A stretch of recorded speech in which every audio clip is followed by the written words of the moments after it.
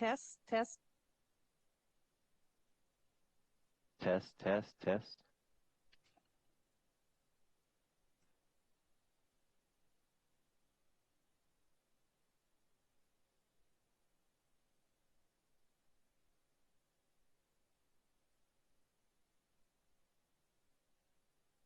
Okay, we'll begin in just a minute. They're checking some technology here.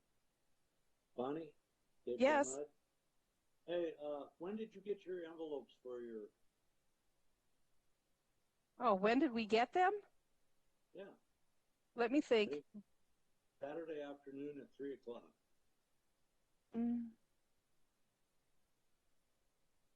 No, I think I got mine on Friday, I think. I got mine Saturday afternoon at 3 o'clock. Oh. Makes it kind of... kind of tight to try to go do site visits. Yes, it did. The time before, I got it 3 o'clock the day of the meeting. I did all my site visits with a computer. Everybody else that's listening out there, have you been getting your packets, on a workable time? I have not been receiving my packets timely either.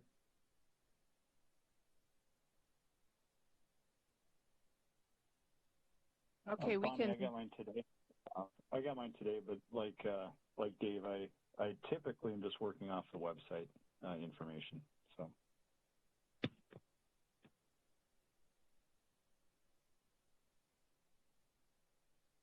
And when the Pony Express pulled up today, I took the packet out of their mailbag, and life was good. Okay. Yeah. The meeting, it was 3 o'clock the day.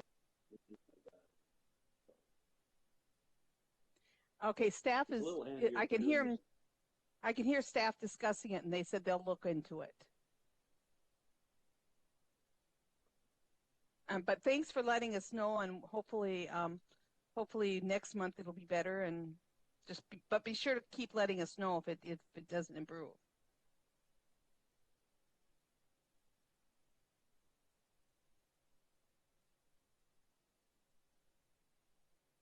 Okay, are we ready to begin this evening?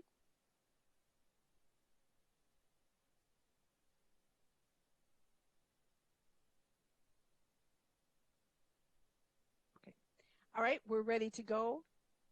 I've just now informally done roll call. Jill will not be with us this evening, but all of the rest of the members of the board are here. We'll begin this evening with the Pledge of Allegiance.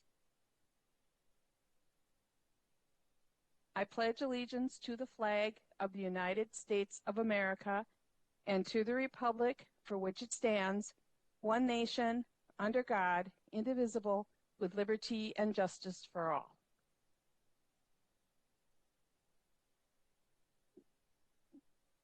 In response to COVID-19 and pursuant to Minnesota Statute Chapter 12 relating to emergency management, Governor Walz has declared a state of emergency. In response to the state of emergency and in accordance with the Minnesota Statute 13D.021, all Board of Adjustment members, except for the chairperson and applicants, are participating by telephone or other electronic means. The in-person attendance and comments from the public will not be allowed to conform with the MDH and the CDC guidelines to minimize gatherings. This meeting is broadcast live, and members of the public are asked to submit their comments by 3 o'clock today. We'll have an overview of the operation of our meeting. Members of the Board of Adjustment are appointed by the County Board of Commissioners with one member from each of the 5 commissioner districts, one member at large, and one member appointed from the Planning Commission. When we begin the meeting, I will read the variance request, and that will open the public hearing. While I'm reading the request, I'd ask that the applicant be on board and ready for comment. The applicant or the representative will be asked to state their name and their address for the record. And then we will have Environmental Services staff give us a brief overview of the request, the staff report, and share with us any correspondence that's been received regarding this request. Then the applicant or their representative can provide any input, corrections, concerns that they might have. Once the applicant or their representative has provided their testimony, then I'll ask the Board of Adjustment members to discuss the request and ask questions of staff or the applicant. Upon completing the questions, if there is anyone from the public that is wishing to talk to us about this item by phone, we would hear their requests at that time. Following that, we would ask for a motion from the members to close the public hearing. Once the public hearing has been closed, there will be no further input from the audience, from the applicant or the Environmental Services staff, unless they're recognized by the chair or if one of the board members wants some type of clarification. So our first item on the agenda this evening is approval. Let's see. I believe we'll approve those minutes probably at the Thursday meeting, as it's not on this agenda. All right, so our first regular item is to consider a request from Ross Breath of Olis, Minnesota, from Section 6.7.5D of the Stearns County Land Use and Zoning Ordinance 439 to construct a new residential dwelling less than 700 feet from an animal feedlot that is registered for more than 10 animal units. The said ordinance requires a 700-foot setback to an animal feedlot that is registered for 10 animal units or more. The affected property is 2.24 acres of the north 312 feet of the west 312 feet of the northwest quarter of the northeast quarter of Section 9, Track 126 North, Range 31 West of Crane Township. And the property address is 42954 State Highway 238 in Freeport, Minnesota. And Mr. Breath, are you with us this evening? Yeah, can you hear me? Yes, we can. All right. And if you could state your name and your address for the record. I sure can. My name is Ross Breath, and the address is 2942 Dove Road, which is Bolus, Minnesota 56314. All right, thank you. And we will be back to you in just a couple of minutes. All right, should I go back to mute? Yes, that'd be good. Okay. And we will then go to staff for their report. All right. Madam Chair and members of the board, this is a request to construct a new residential dwelling 649 feet from a registered feedlot. The Stearns County Ordinance 439 currently requires a 700-foot residential dwelling setback from an animal feedlot that is registered for 10 or more animal units. The property is 2.24 acres, which is located in Section 9 of Crane Township, and it's zoned A40. The road access to the property is from State Highway 238. The applicant purchased the property in April of 2015. Staff visited with the applicant on site in April of 2015 to assist with a potential residential dwelling location that would meet the setbacks from the feedlot. Staff provided the assistance information and maps to the applicant of where the 700-foot setback impacted the parcel in April of 2015. Staff recommended the applicant contact a surveyor to survey the precise impact of the 700-foot setback and place stakes. The applicant stated in this variance application that a surveyor, Fessler, was contacted in 2015 to conduct a survey. There is a registered and permitted feedlot to the southeast. This feedlot was originally registered and permitted on February 24th of 2011 for 99.5 animal units. The feedlot currently is registered for 205 animal units with an allowed animal unit max of 222. In 2011, the feedlot was issued a feedlot permit. In October of 2014, a revised permit was issued for the feedlot for 2 proposed barns and 2 proposed open lots. Since 2015, the feedlot has expanded its permitted footprint when in July of 2016, a feedlot permit was issued to the feedlot for a proposed permanent stockpile pad and a relocated barn. In February of 2018, a revised permit was issued for a barn that was modifying an overall size, which was getting larger, a larger permanent stockpile pad, a liquid manure storage area, and a scrape lane. The applicant was issued a permit in May of 2016 to construct the existing 40 by 80 shed that is on site. The proposed setback of 649 feet for a new residential dwelling is 7.29% deviation from the 700-foot residential dwelling setback required in Ordinance 439. On April 13th, 2021, staff met with the applicant for a site visit.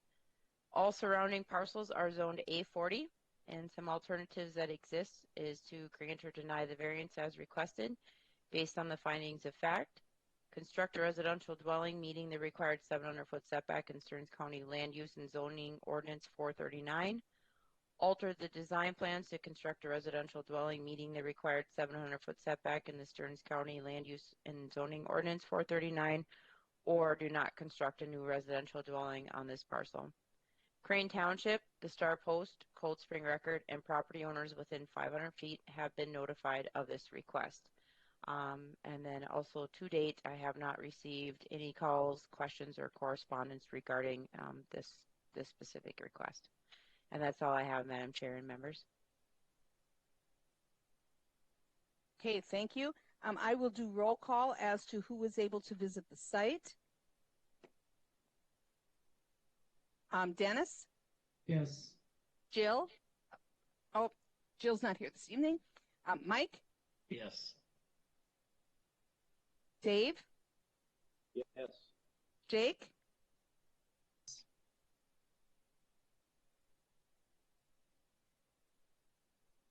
Did we hear from Jake? Yes, I made it over there. Okay, and Jason? Yes. And I also visited the site. All right, if the applicant would like to share with us their thoughts. I guess I don't, at this point, I don't have any additional information than what I already submitted in the paperwork. I just want to thank everyone for taking the time to go visit the site, and I guess I'm kind of at the mercy of whatever you guys decide. So I hope it's a good outcome, but I was kind of looking forward to building, so this little hiccup has kind of just set me back a few weeks. But Bethy Jo's been great to work with, and everyone else at Environmental Services. So I just want to thank everyone for that, and I'll just have to wait the outcome of what you decide. Okay, thank you. If we have questions or comments from board members? Madam Chair, Dennis Gregory, two questions for Bethy Jo.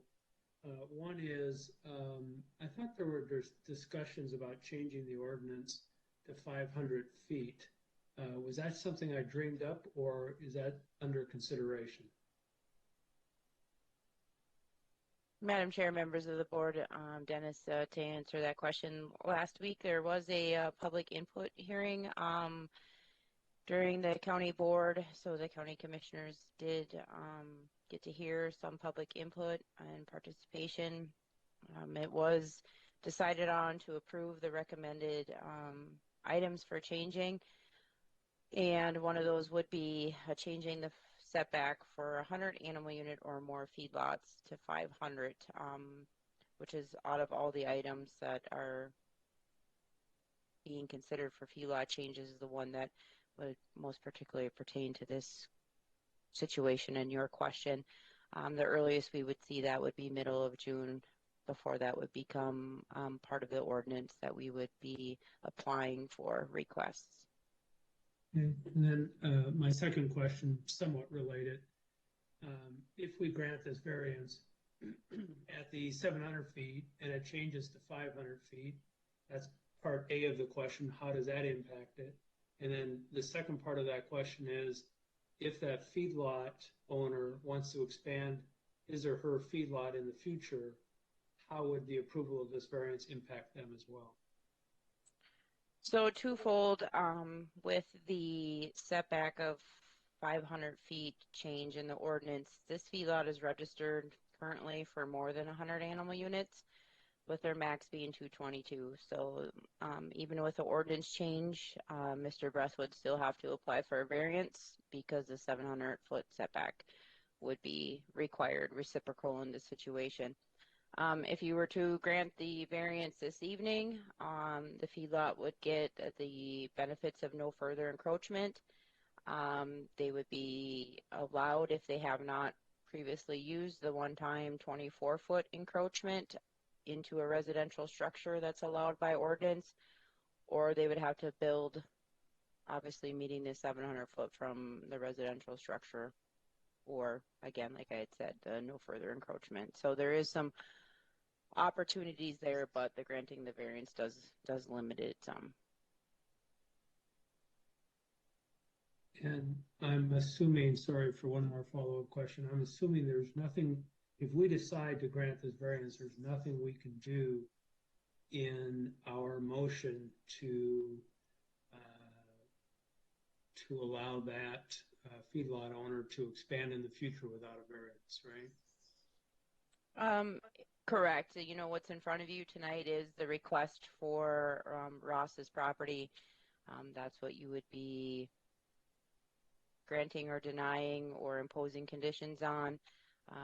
It doesn't anything as far as conditions in the variance wouldn't be applicable to the feedlot. Like I said, the feedlot would allow to construct with no further encroachment from the 649 that it currently sits. So as long as it's constructing and adding on to its current footprint equal to the 649, they are allowed, again, if they haven't used the one-time 24-foot encroachment. So they could encroach on that 649 setback by 24 foot one time if it hadn't been previously used. Otherwise, yes, they would have to build meeting the 649 or greater setback. Good. Thank you. And the reason for my question is, if that feedlot expands, it's going to be toward that house. That's really the only feasible direction for them to expand. So that's why all the questions. Thank you. Yep. Madam Chair, I have just point of clarification.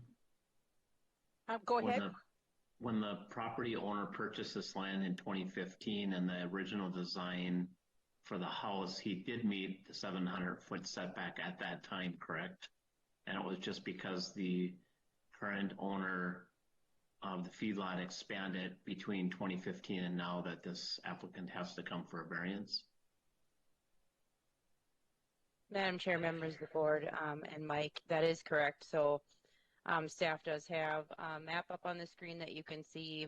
So the part of the feedlot that you can see is the 2015 buildable area. So that white line is the 700-foot setback from 2015. The green polygon is Ross's proposed home from his survey laid out on that map. And so as you can see in 2015, his plans were meeting. He made it meet the 700-foot. And since 2015, the feedlot has expanded and added on some additional footprint, which was the stacking slab, scrape lane, LMSA, and added on to the one shed to the northeast corner. And so then as you can see on that map, from the white line, there is some hashed area covering on the northeast and southwest side of the green polygon. So you can see how the feedlot has changed its footprint, has impacted his plans from 2015 to date. So, and that's why he's here tonight. So. Okay, thank you. Madam Additional Chair, questions? Jason Crone with the question for staff. So if Go I ahead, understand Jason. this right, I just want to make sure. Okay, yeah. So basically in 3 weeks, the applicant wouldn't even have to apply to be able to do this, correct? Madam Chair, members of the board, Jason, that's incorrect because the ordinance is changing, but it's for 100 animal units or less facilities. This feedlot is registered for more than 100 animal units currently. So the 700-foot setback would still apply in 3 weeks from now. So Ross would be in the same situation even with the current ordinance changes. Oh, I'm sorry. Okay. I was looking at the old animal unit numbers, which is why I was confused by it. Okay. Yep, nope, that's fine. Thank you. Yep. Madam Chair, Dave Cameron. Go ahead, Dave. I had a question for staff. Is this going to then tie the hands of the feedlot operator for future expansion then, or can there be something put in because of the variance, if granted, that it will not that feedlot? Yep, so there is the first, the building plan map, I think, if staff wants to click to that. Nope, the next one, I think, just the aerial. Try the next one, please. The site map with setbacks on it. Yeah, so if you look on this map, you'll see the kind of pink magenta polygon surrounding that feedlot there. So as far as expansion goes, there really isn't opportunities to tie as far as conditions to this granting the variance, because you're granting the variance to Ross's property, which would travel whether Ross owns it or not. Whatever is granted moves with the property. So any conditions would be applied to his property. As far as opportunities for the feedlot to expand, they could expand further north as long as it's meeting 649 feet or less, because that would be considered the closest point of the feedlot to the home. So the feedlot owner is allowed no further encroachment. So it can encroach all the way up from any direction to the home to the closest point as it is currently. They can expand to the east, they can expand to the north, they could expand to the west, as long as it's meeting the 649, no further encroaching. The feedlot owner is also allowed a one-time 24-foot encroachment into the 649 setback, which is allowed by ordinance, which wouldn't require him a variance to encroach 24 feet in that. Once they use that 24-foot one-time encroachment up, as it's stated in the ordinance, it is a one-time use. So once they use it, they're allowed to encroach 24 feet, and then they can't keep doing that every time. So there is some opportunities for expansion. It just wouldn't be directly from that northwest corner straight to the home. So. Is there any testimony from the feedlot operator at present that would say that this is going to tie his hands from the future or the future owners or the next generation? Madam Chair and members of the board, to date, I haven't received any correspondence electronically, via phone call, or by letter for this request. That does not mean that someone is not attending tonight to participate in the public input portion of the meeting for this request, but I haven't personally received anything to date. So, can a condition be put on this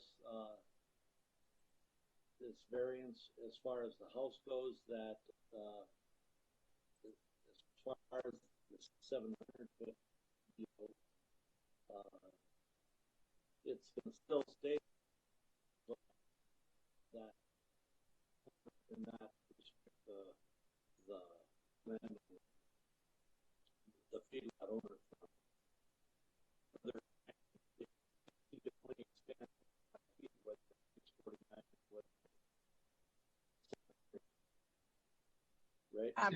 Dave, you're breaking up, and it's very hard to hear your comments and your questions. I didn't understand the last one. Yeah, I don't know why I'm breaking up, but I'm just questioning if I don't want to see something happen that ties the future of this feedlot up in this situation. So that's my concern, is that maybe there can be something put on this landowner that, he can't encroach anymore on this feedlot. I don't know. I mean, I hate to see the agriculture hands tied for the future because of building around it. So that's my comment. Dave, Jason Crone here. Dave, I think you're looking at it the right way. The frustrating thing about this scenario is that these ordinances are set up to try to prevent land use conflict between neighbors. And in this particular case, the ordinance is creating the conflict because of the way that it's written. And it's unfortunate. I think it's right in looking at ways to try to not prevent the neighbor from being able to expand in the future. But, the actual request, I think, in and of itself is very reasonable. I mean, the applicant in this case is kind of a victim of timing. And so how do you try to prevent the ordinance from creating the land use conflict when otherwise it wouldn't exist? Yeah. Well, I mean, it's because of variance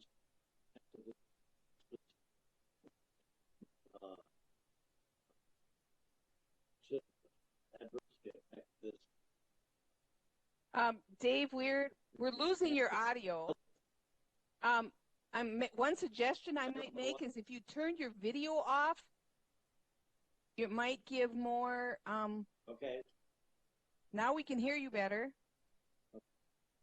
A little bit. Okay. Well, I can go for that.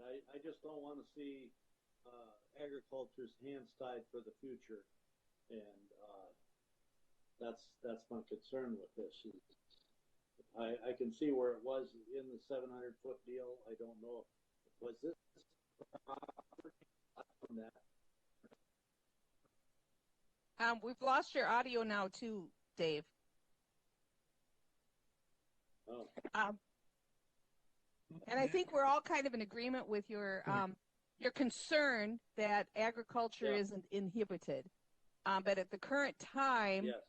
I think we just have to look at the application that's in front of us. And in the future, if the feedlot did want to expand, they would also have the option to request a variance. I'm not saying they necessarily would get it or not, but they would have that option as well. Okay. I mean, the fact that there's a variance granted to allow the house closer than 700 feet, then maybe it should work both ways. I guess depends on the board that's there at that time, I guess. So I just hope. Okay. I'm worried about the future for agriculture as far as these 700-foot things go. So that's my comment. All right, thank you. Other board members that have questions or comments before we go to findings? Hearing none, I will ask for a motion to close the public hearing. So moved. Dennis. We have a motion from Dennis. Do we have a second? Mike Haynes, second. All right, we have a motion and a second. Is anyone opposed to closing the public hearing? Hearing none, the public hearing is now closed, and we will go on to findings of fact.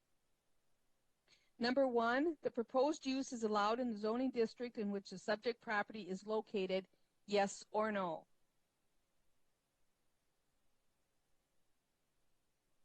Madam Chair. Go ahead, Dennis. Madam Chair, Dennis Gregory. It is A40 district. A40 does allow for residential building. Okay, we have a yes for number one. Does anyone disagree with yes for number one? Okay, hearing none, we'll go on, mark that unanimous, and go on to number two. The variance will be in harmony with the general purposes and intent of the official controls and any related ordinances, yes or no?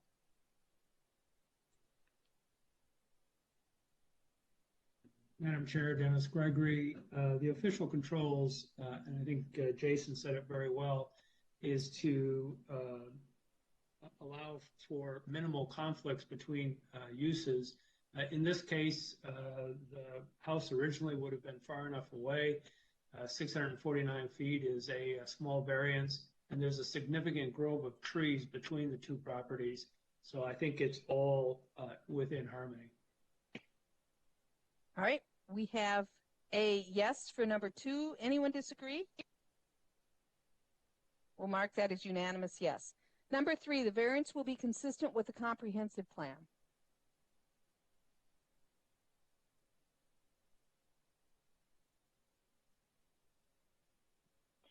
Madam Chair, Jason Crone, I believe it is on a variety of factors, but living goals, support housing options that give people in all life stages and of all economic means viable choices for safe, stable, and affordable homes.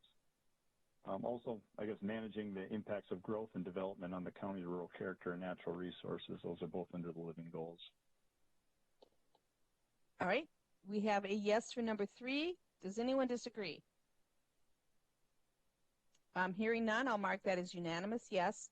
Number 4, the property owner proposes to use the property in a reasonable manner, yes or no?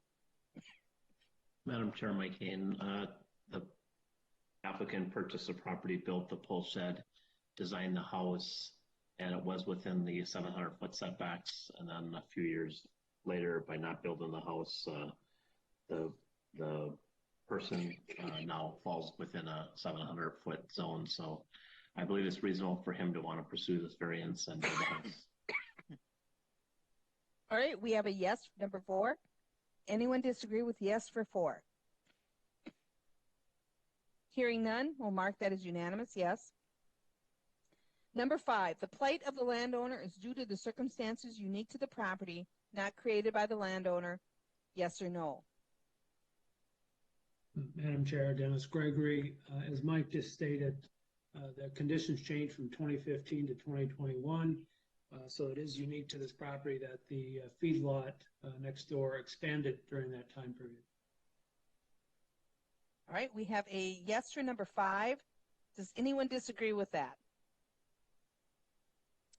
Hearing none, we'll mark that as unanimous yes. Number 6, the variance if granted maintains the essential character of the locality, yes or no?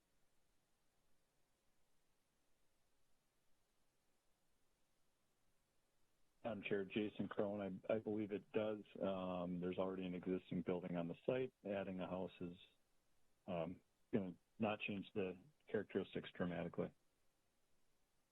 All right, we have a yes for number 6. Anyone disagree? Hearing none, we'll mark that as unanimous yes. Number 7, the need for the variance involves more than economic considerations, yes or no?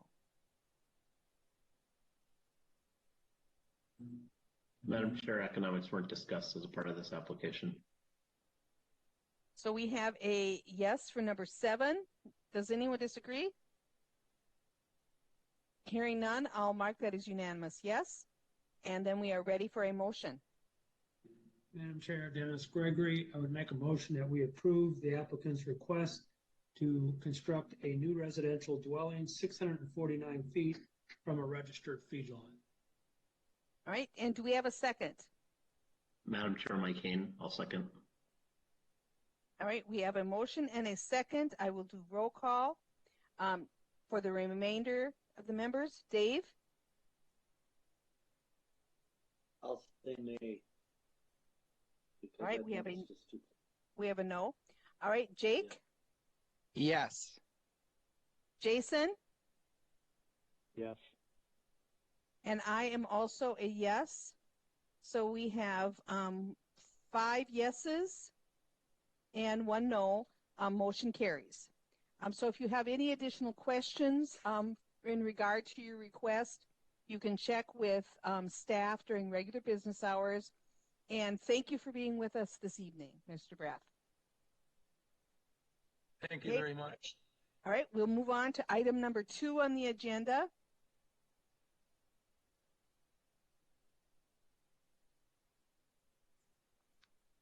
Item number 2 is to consider a request from Tom A. Opatz, LLC, Avon, Minnesota, from Section 6.7.5D of the Stearns County Land Use and Zoning Ordinance 439 to expand to a greater than 10 animal unit feedlot, reactivate and use existing structures for feedlot purposes that are less than 700 feet from residential dwellings and 50 feet from a property line. The said ordinance requires a setback of 700 feet to a residential dwelling and 50 feet from the property line of an animal feedlot that is registered for 10 animal units or more. The affected property is 73.94 acres of the west half of the northeast quarter, less the easterly 5 acres and less part of the southwest quarter of the northeast quarter of Section 6, Track 125 North, Range 29 West of St. Wendell Township. And the property address is 12926 County Road 4, Avon, Minnesota. And Mr. Opatz, are you with us this evening? Yes, I am. And could you state your name and address for us for the record? Tom A. Opatz, 12926 County Road 4, Avon, Minnesota, 56310. All right, thank you. And we'll be back to you in just a couple minutes. Thanks. First thing we will do is do roll call as to who was able to visit the site. Dennis? Yes. Mike? Yes. Dave? Yes. Jake? Yes. Jason? Yes. And I also visited the site. If staff could give us an overview of this request.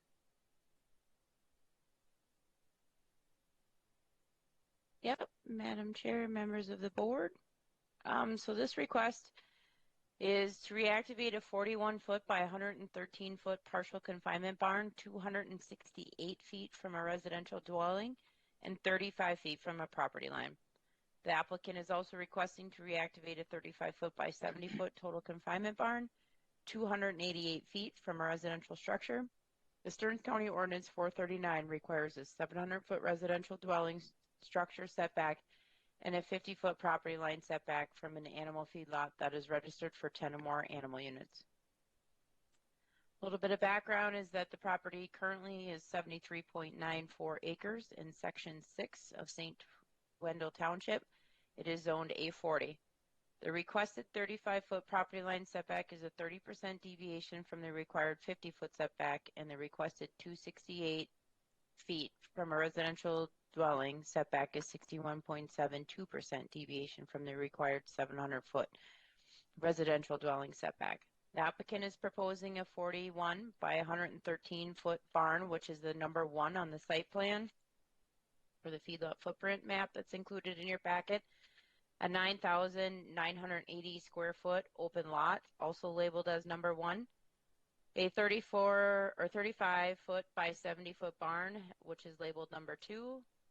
And a 21 by 31 foot barn labeled number 3. And a 17 by 31 foot barn labeled number 4. And a 20 foot by 50 foot barn labeled number 5. The applicants also requested 91.518 animal units. The feedlot application proposes an open lot and 3 additional existing structures for feedlot use that would be equal to or greater in distance to the requested variances. The requested 91.518 animal units will consist of 50 slaughter steer heifers, Stockhauser bulls, which is a value of 1 animal unit per head, 50 feeder cattle, which is a 0.70 animal unit per head, 20 swine between 55 pounds and 300 pounds, at a 0.30 animal unit value per head, 100 broiler chickens over 5 pounds, which is a 0.005 animal unit value per head, and 1 turkey over 5 pounds, which is 0.018 animal unit per head. Road access to the property is from County Road 4. The site was originally registered on December 30th of 1998 for 120 animal units consisting of calves, 100 head of them, and feeder cattle, also 100 head. The applicant purchased the property in October of 2019. In August of 2006, the site was inspected by staff. During that inspection, a re-registration form and inspection was completed. The re-registration form and inspection documented that the site would no longer be considered a feedlot as it went 5 years or more without animals on site. Surrounding homes existed prior to the site becoming deactivated. An assistance inspection was conducted on site by staff on April 16th of 2021. No compliance information is available for the site since the site at that time of inspection contained no feedlot animals. The surrounding parcels are zoned A40. There is a R1 zoning about 376 feet to the southwest, which meets the setback to a non-ag zoning district. Alternatives that exist that are listed is grant or deny the variance request based on the findings of facts. Propose in a feedlot permit application a registration of 9.99 animal units and permit the structures that meet the setbacks of 439. When registered for less than 10 animal units, propose in a feedlot permit application non-existing structures or open lot areas that meet the setbacks of 439. St. Wendell Township, the Star Post, the Cold Spring Record, and property owners within 500 feet have been notified of this request. Madam Chair and members of the board, I have not received any official correspondence in regard to this application. I did receive one phone call, just wanted some questions answered, but did not provide anything nor want to participate officially. So that is all I have. All right, thank you. Then we'll go back to the applicant. Mr. Opatz, if you have anything you'd like to share with us? No, other than Tammy was very helpful when she came and toured the site, and Okay. And during discussion, if board members do have questions, they can refer those to you. So board members, is there anyone that has questions for either staff or Mr. Opatz?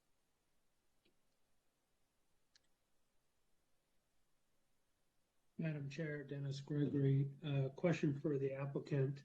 The residences have some familiar names. Are all the residences owned by family, extended or otherwise? the property, where's that in the ordinance, or what? I'm trying to understand the question. I'm just trying to understand who the neighbors are. And so there's a Darren Opatz, and I thought there was another Opatz on here.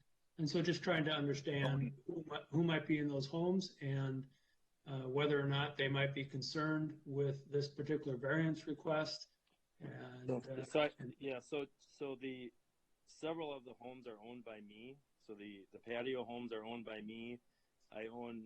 My mom's home is owned by me. My brother's to the west of this. Darren Opatz is a cousin. I purchased the farm from my dad's first cousin, Claudia Opatz. So all but one residence is either owned by me or family of me. Okay, good. Thank you. Yep. Okay, other questions from the board? Yeah, Madam Chair, Dave Gamrat. Go ahead, Dave. I'd have a question for the applicant. Has he worked with soil and water conservation for a plan for this feedlot? My understanding, it's not required given the unit count unless I'm over 300 head. Okay, that's fine. I just was. Is that a correct assumption, Joe?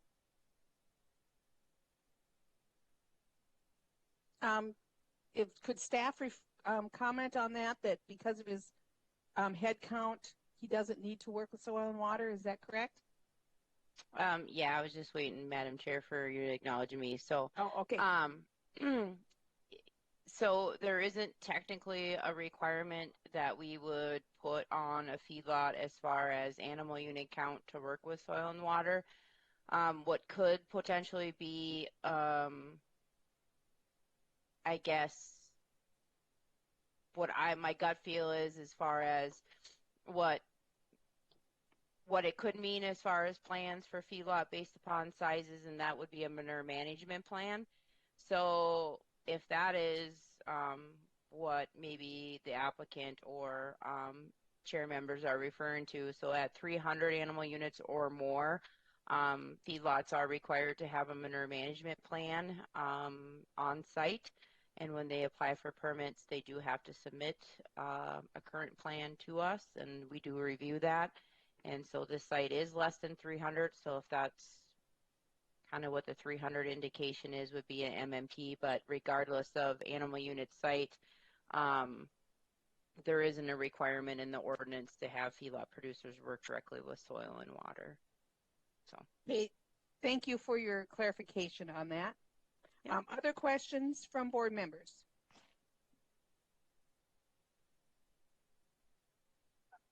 If we don't have other questions, are we ready to close the public hearing?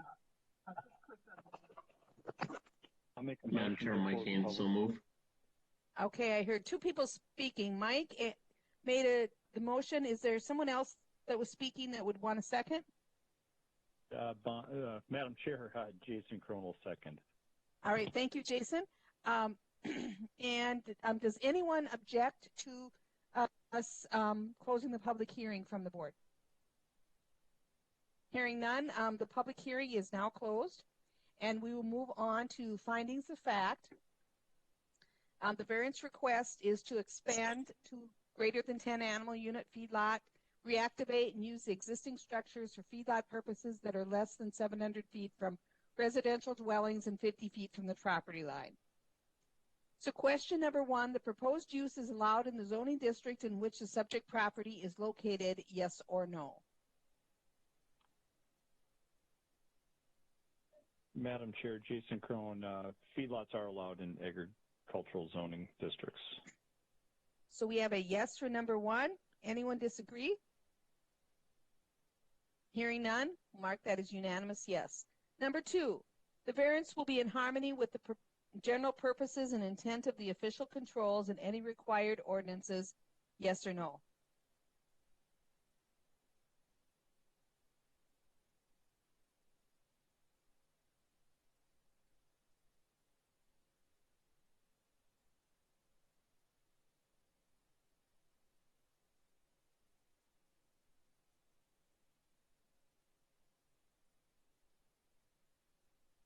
Madam Chair, Dennis Gregory, I'll take a stab at this one.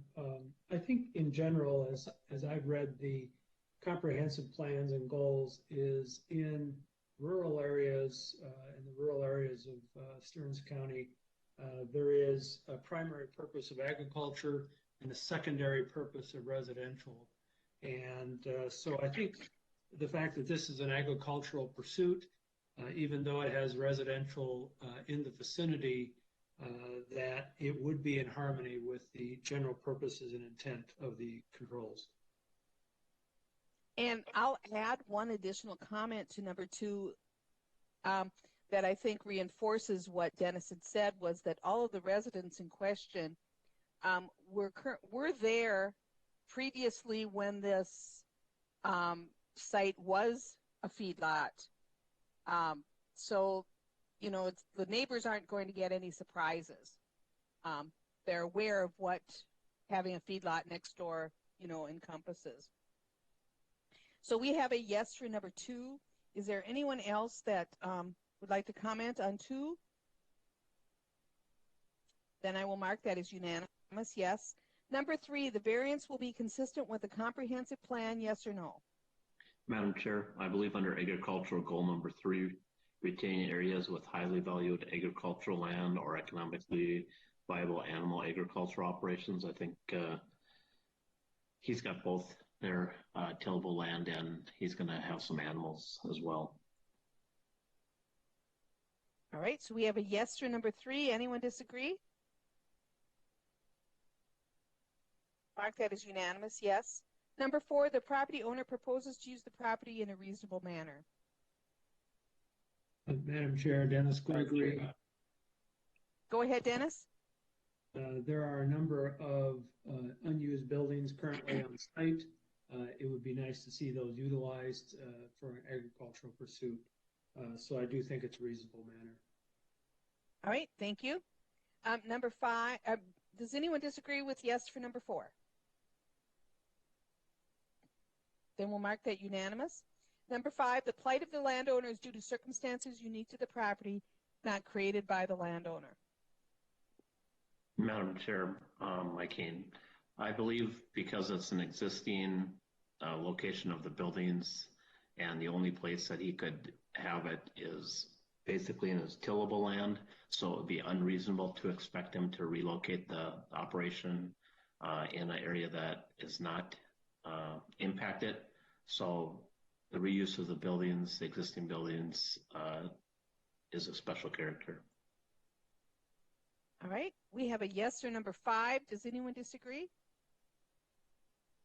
Hearing none, we'll mark that as unanimous.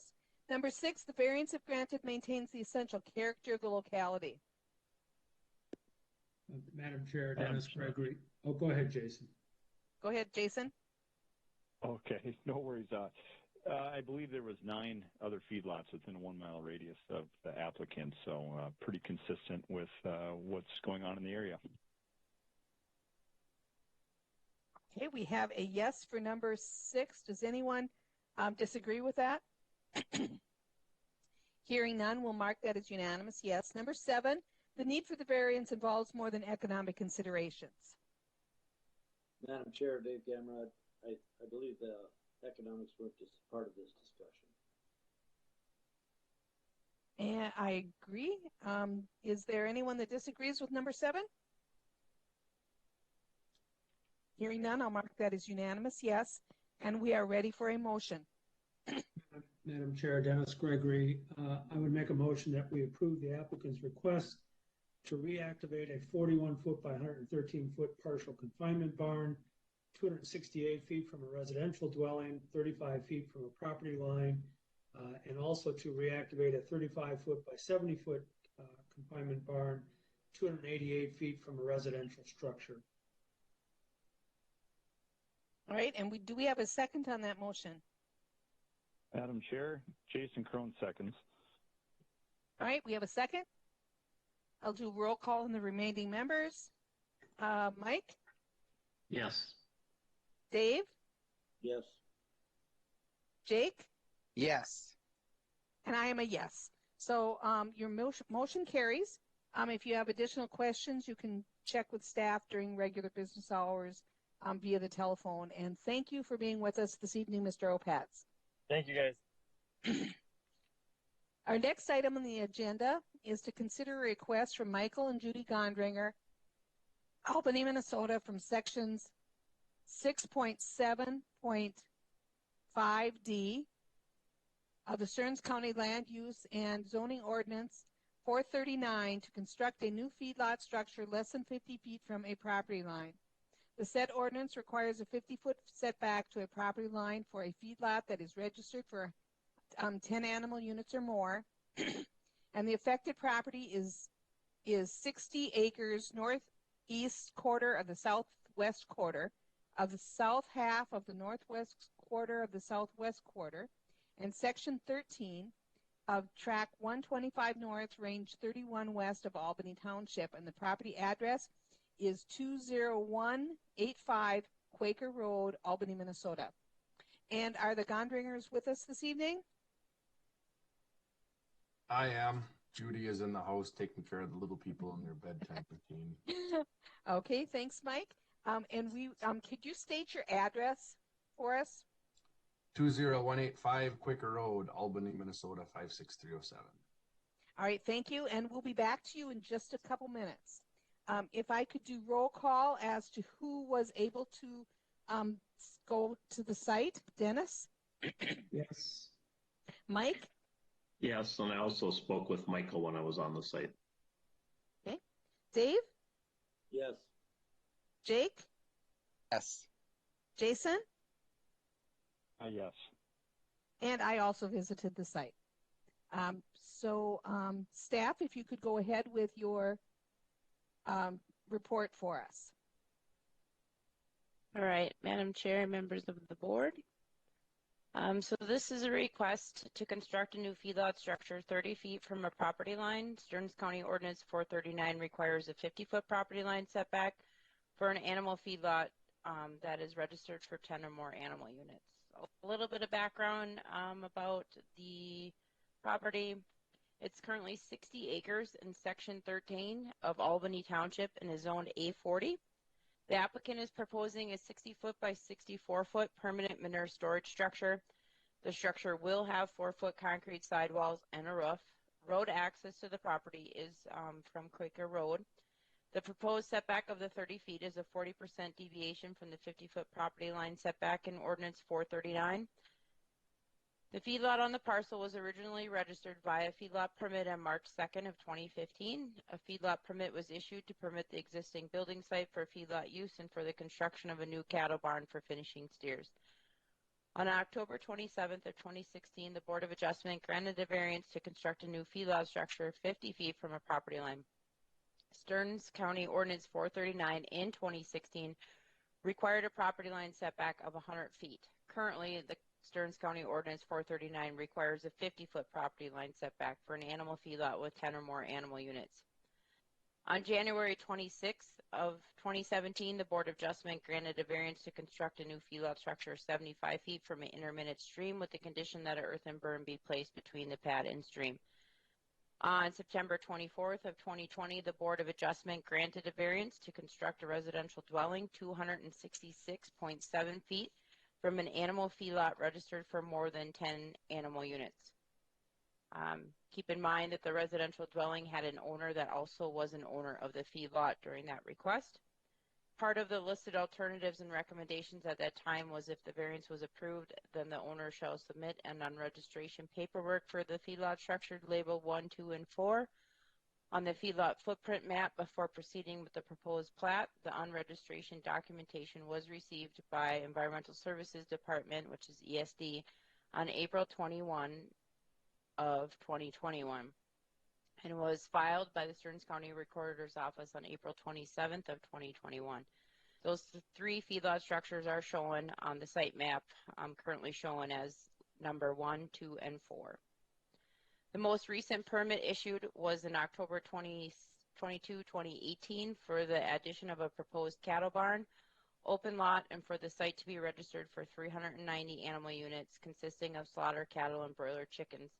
A site inspection was conducted by staff on April 8th of 2021, and the feedlot was compliant for water quality manure testing and for manure transfer documentation. The surrounding parcels are zoned A1, A40. Alternatives that are listed that exist is to construct the feedlot structure 50 feet or greater from the property line to adhere to the Stearns County Ordinance 50-foot setback from a property line. And Albany Township, City of Albany, City of Avon, Department of Natural Resources, the Star Post, Cold Spring Record, and property owners within 500 feet have been notified of this request.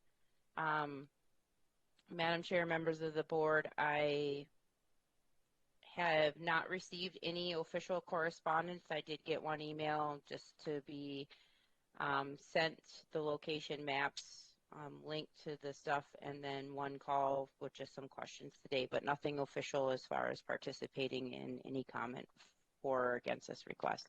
And that's all I have. All right, thank you.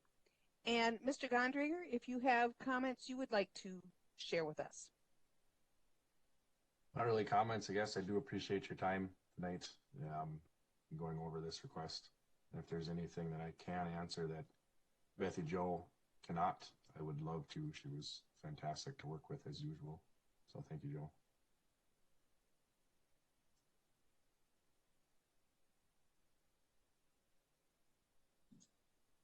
Bonnie, you're on mute. Thank you. Yeah. Thank you, Mike. And if board members have any questions for either Mr. Gondringer or the members of staff. Madam Chair, Dennis Gregory, a question for the applicant. There seems to be a number of other options to place this particular structure, whether it's on top of number 7, between 7 and 10, or between 10 and 11 on the map that's up on the screen, moving the bale pile a little bit or having more strings of the bales. And so it seems like there's a number of other options other than a variance. How are those considered, and why did you not choose to do it that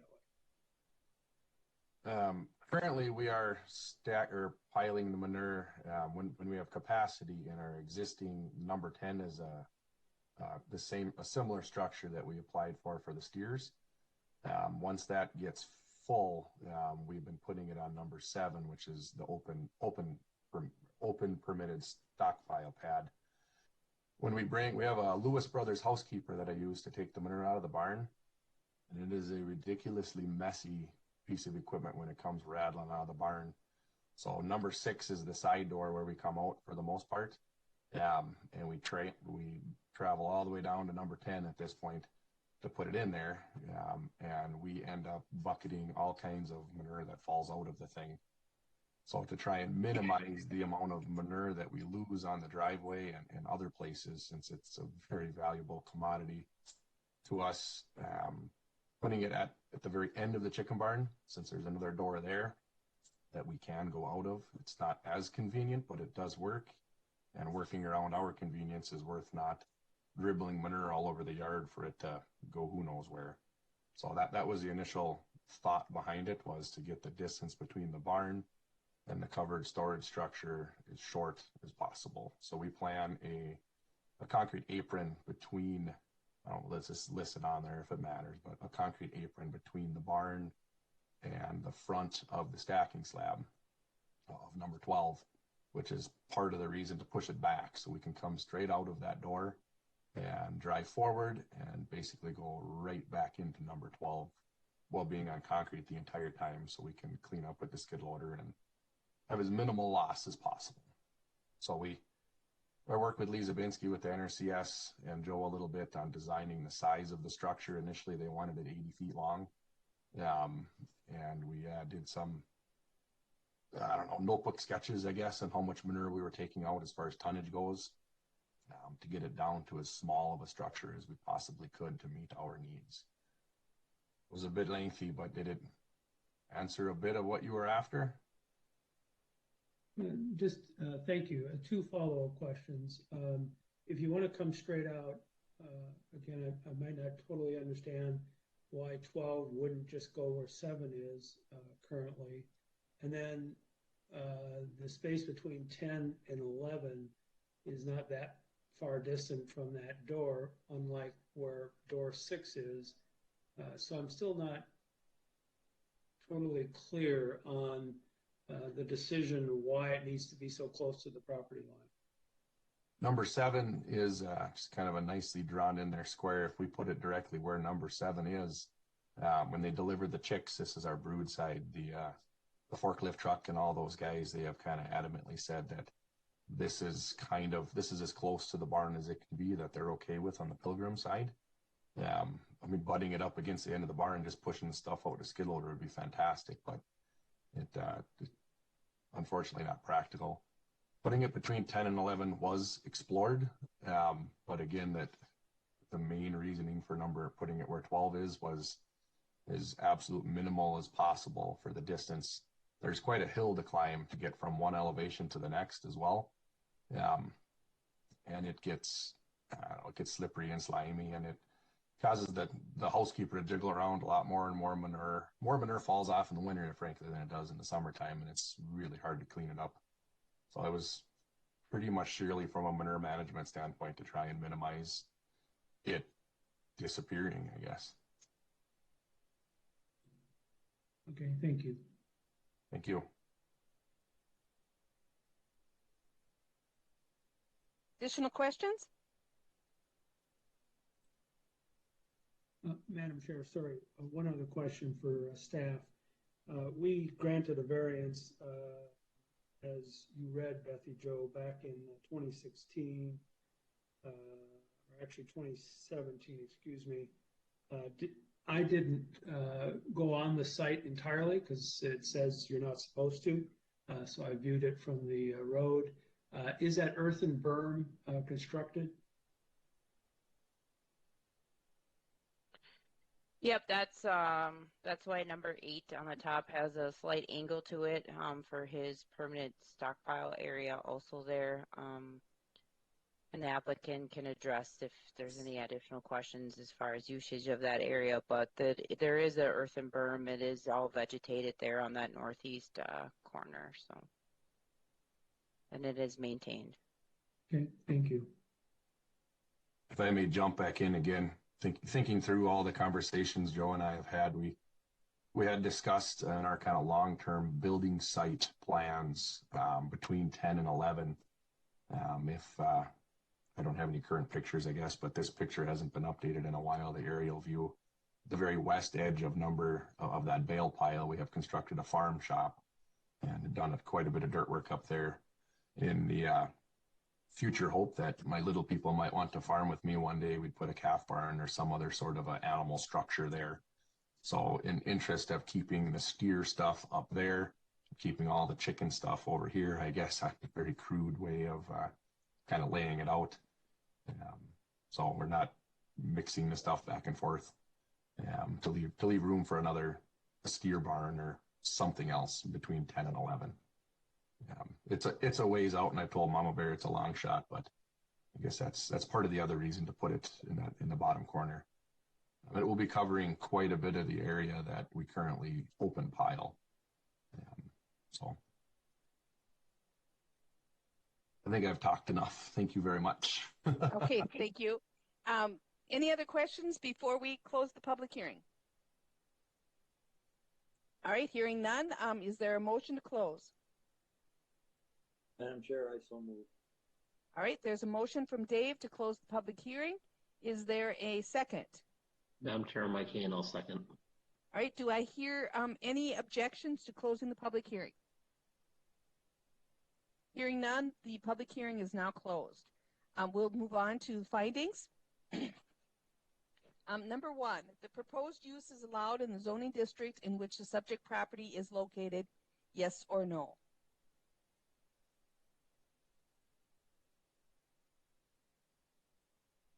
Madam Chair, it is the A40 zone agricultural area, and manure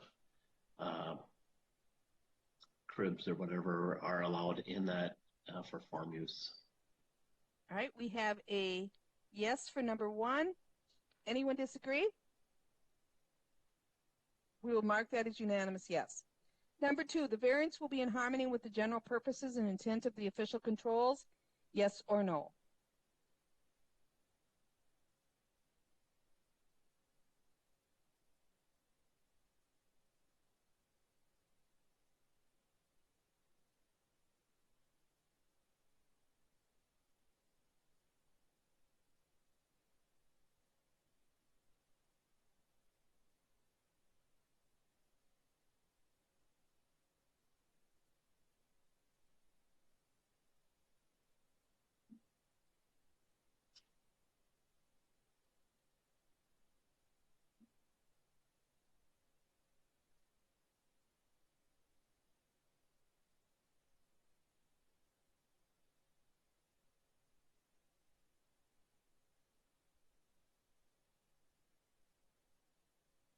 Madam Chair? Madam Chair, Jason Crone.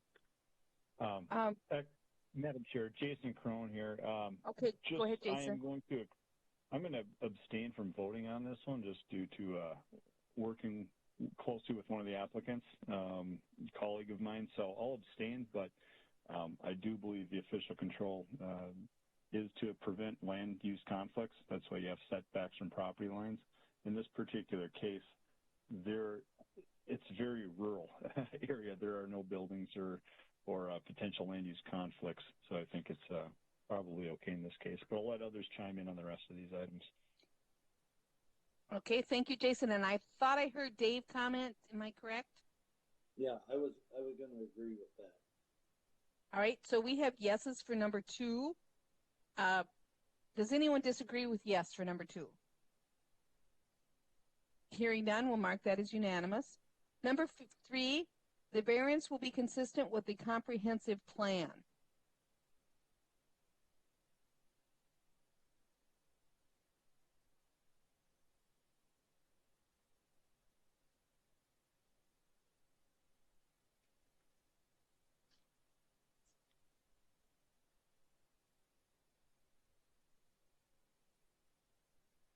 Madam Chair, I believe under the agricultural goal number 5 to strengthen and retain areas with highly valued agricultural land or economically viable animal agricultural operations, I believe it would fall under that just because of they're trying to be efficiently using the area they have and for moving manure and stuff to minimize the loss and protect the environment would fall under that goal. All right. So we have a yes for number 3. Does anyone disagree? Hearing none, we'll mark that as unanimous yes. Number 4, the property owner proposes to use the property in a reasonable manner.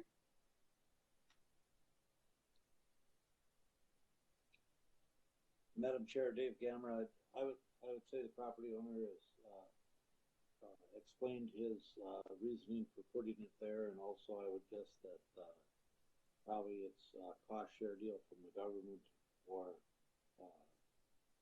taking care of the manure in a way that rain doesn't pollute groundwater, and I think that's also the pushing of it along that long roof line would any loss of manure would pollute more water than I think it's a good compromise. All right. Anyone disagree with that? All right, we'll mark number 4 then as unanimous yes. Number 5, the plight of the landowner is due to circumstances unique to the property, not created by the landowner. Madam Chair, Dennis Gregory. I've been a little bit troubled by this request, and thus my quietness on the other. I don't really disagree that the applicant needs a manure storage. I don't disagree that this storage facility would be good and it's an acceptable use in that particular area. I'm not convinced, however, that the applicant pursued all their potential options of the placement of this particular structure. And so for that reason, I would vote no. I do not think it's due to circumstances unique to the property. Okay.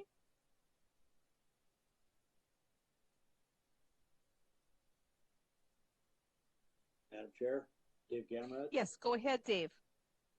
I guess I would vote yes because it is unique to the property because of the way there isn't a land conflict at all, and we many places in the county there are buildings that are close to a non-conflicting field or hills or swamps or whatever. But I would say that it's not going to conflict with anyone there, so I would be in favor of it.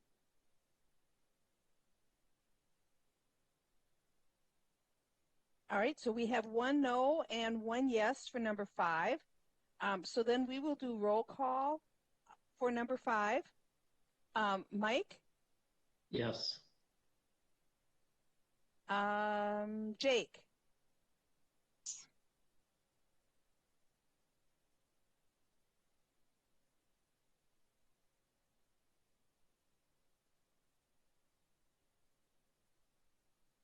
I don't know if you heard me. I said yes. Oh, okay. Thank you. And Jason? You're I'll abstain abstaining on from? this one. All right. And I'm going to say yes. And for the reasons that I think it's kind of unique to the property is that, as he mentioned, on that end of the barn, he is limited by the producer that he's working with as far as where he can put it in proximity. And I think it's unique in that there's in proximity to the very end of that barn, there's already a open slab for putting manure on, and I think there's not doesn't appear to be a conflict with other property because it's all agricultural within the setback of this property lines. So for those reasons, I would say yes. So for number 5, we have 1 no, 1 abstaining, and 4 yes for number 5. Number 6, the variance if granted maintains the essential character of the locality. Madam Chair, I don't believe the character will change by adding a manure pit and concrete. We have a yes for number 6. Does anyone disagree with that? All right, I'll mark number 6 as unanimous, yes. Number 7, the need for the variance involves more than economic considerations.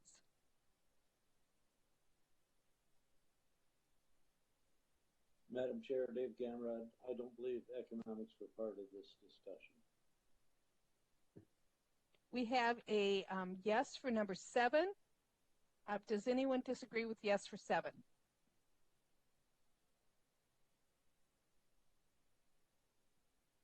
All right, then we are ready for a motion. Madam Chair, Dennis Gregory, with some reservation, I would make a motion that we approve the applicant's request to construct a new feedlot structure 30 feet from a property line. All right, and we have a motion on the floor. Is there a second? Madam Chair, Mike Kane, I will second that. All right, we have a motion to approve and a second, and I'll do roll call on the remainder.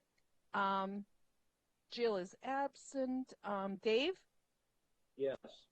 Jake? Yes. And I believe Jason's abstaining, and I will be a yes. So motion carries. If you have any additional questions, you can check with staff during regular business hours.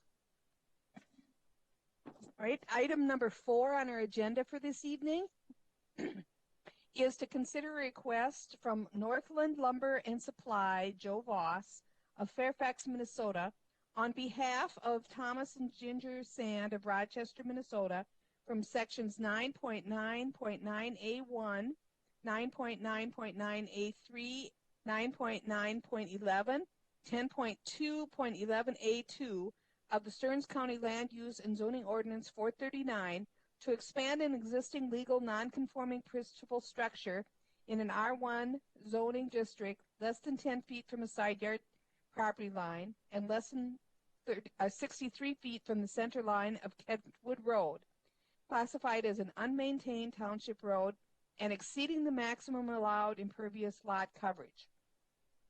Also, to leave as constructed a deck that is ahead of the building line, a second deck that is less than 63 feet from the center line of Kentwood Road. The said ordinance requires that structures in an R1 zoning district be located 10 feet from the side yard property line, 63 feet from the center line of an unmaintained township road, landward of the established building line, and impervious lot coverage not to exceed 25%. The affected property is lots 5 and 6 of Al's Airy Point subdivision, section 16, track 124 north, range 30 west of Collegeville Township. And the property address is 16594 Kentwood Road, St. Joseph, Minnesota.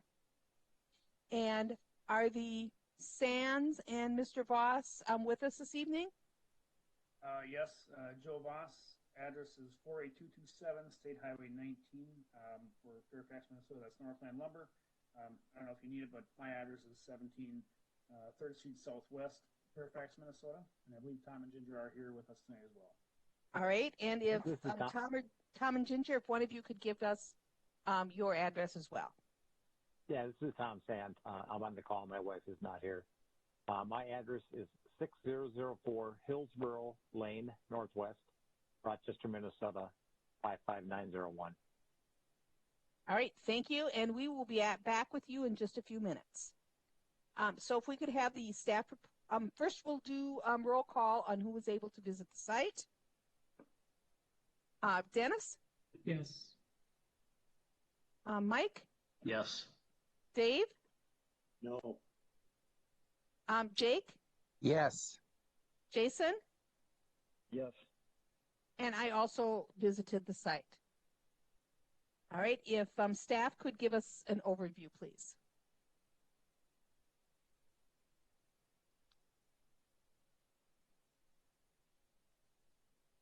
Thank you, Madam Chair, members of the board. The applicants are proposing to lift the existing 24-foot by 36-foot principal structure to add 4 feet of additional foundation. The structure is currently located 3.2 feet from the property line and 45 feet from the center line of Kentwood Road. Also to add a 5-foot by 6-foot entry stoop area that is 42 feet from the center line of Kentwood Road. The impervious lot coverage for the property is currently at 37%. Lastly, to leave as constructed 2 decks on the existing principal structure. The first deck is a 5-foot by 36-foot deck that is 92 feet from the ordinary high water level of Big Watab Lake and ahead of the established building line. The second is a 10-foot by 10-foot deck that is located 35 feet from the center line of Kentwood Road. A little background information: the applicants currently own lots 5 and 6 of Al's Airy Point Addition. Al's Airy Point Addition was platted in 1947. The tract contains a total lot area of 16,470 square feet on Big Watab Lake. The current impervious lot coverage, as stated earlier, is 37%. The property is in an R1 zoning district. The applicants purchased the property in 2019. Below is the construction information for the property, which consists of things that were constructed prior to the official controls were a 28-foot by 24-foot, 672 square foot cabin, and a 22-foot by 18-foot, 396 square foot shed. In 1975, the 36-foot by 24-foot, 864 square foot principal structure was permitted and constructed. 36-foot by 5-foot, 180 square foot deck constructed but not mentioned on the permit application. In 2010, we had a 10-foot by 10-foot, 100 square foot wood patio less than 12 inches off the ground was constructed. No permit was required for that project because it was less than 12 inches off the ground. In 2012, the current septic tanks and drain field were permitted and installed. In 2013, there is a replacement of the 28-foot by 24-foot, 672 square foot cabin and constructed along with installation of the existing landscape buffer and filtration basin that exists on the property. In 2020, the existing septic system was certified compliant for the variance application. The property is in the Shoreline Overlay District of Big Watab Lake, classified recreational development. Big Watab is on the list of impaired waters for mercury and fish. The existing subsurface sewage treatment system was installed in 2012. The system was certified compliant in 2020. The current impervious lot coverage, as mentioned a couple times now, is 37%. The impervious lot coverage when the project is complete will not change. Collegeville Township, Big Watab Lake Association, the Minnesota Department of Natural Resources, and property owners within 500 feet have been notified of this request.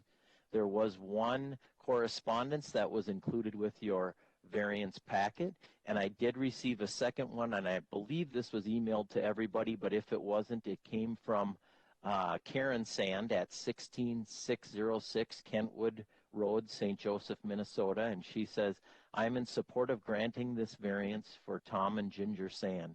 The proposed changes to the existing property are consistent with the neighboring properties and will enhance the neighborhood. And that is all we have for correspondence. All right, thank you. If the applicant then or his representative has some information they'd like to share with us, go ahead. Madam Chair, members of the board, thanks for meeting tonight. I definitely will take questions from the board. You can either direct them to me, or if they're specific for Tom, you can direct it to him. He's asked me to kind of help out here just because when he purchased the property, he kind of asked me the question about what the possibility of this structure would be to raise it. If you're looking at your screen right now, you'll see the existing north elevation is showing stairs going down to the structure. And those of you who visited the site notice that it does sit approximately 4 feet lower than the road, which is unique to this principal structure. Not the other buildings around it are not like this. This was intended to be proposed as, hey, we're just going to lift the structure. We're not, we don't really want to rebuild the foundation. We're not tearing it down and rebuilding new. This is a fix for multiple issues that are happening with this specific property. And when I brought it up to Stearns County, I said, "What do I do here?"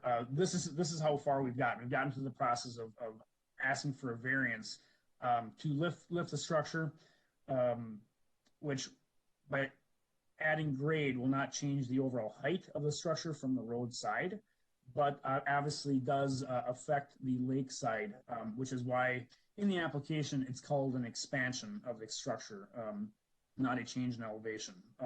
So that I just want to make sure that if there's questions about the technical side of everything that's going on in the site, I'm here to answer that. You know, staff has been extremely good. Thank you for all your help you guys have had. This is kind of a very unique situation, and I just want to point out is that we're really not trying to change anything on the site. All your requirements for too close to the property lines, impervious surface, none of that is we're not asking any of that to change. We're just trying to fix what's happening around the structure. So again, anything that you have questions on, I'm here to help answer them. And Tom has, even though Tom has just recently purchased the property, you know, he can help as well. Just some additional comments. This is Tom Sand. There's two really big reasons why we want to raise the house up to be level with the road, or as close to level as the road as possible. One is the stairs that go down to the home are very icy in the winter. We had a renter until recently, and every year he basically would go through a couple of bags of salt, just keeping the ice off those stairs. If he didn't do it, they became very unsafe. And that's one of the reasons. Along with that is this is a cabin or a summer home right now. We have used it during the winter multiple times over the last since we've owned it, and we potentially would retire there, and it would be nice to have handicap accessible entrance onto the property. The other problem that is what really got us down this road was the fact that the basement has, I don't want to say a chronic water problem, but it's had a water problem in the past, and it's if you walked into the basement, you could smell it right away. It's musty. We would like to redo the basement. We would like to remodel it, and to do that without taking care of the water problem would be very ineffective. We'd basically back right where we started when we did that. So, any questions on that? Well, thank you for your comments. I'll open it up now to board members to ask questions of either staff or the applicant.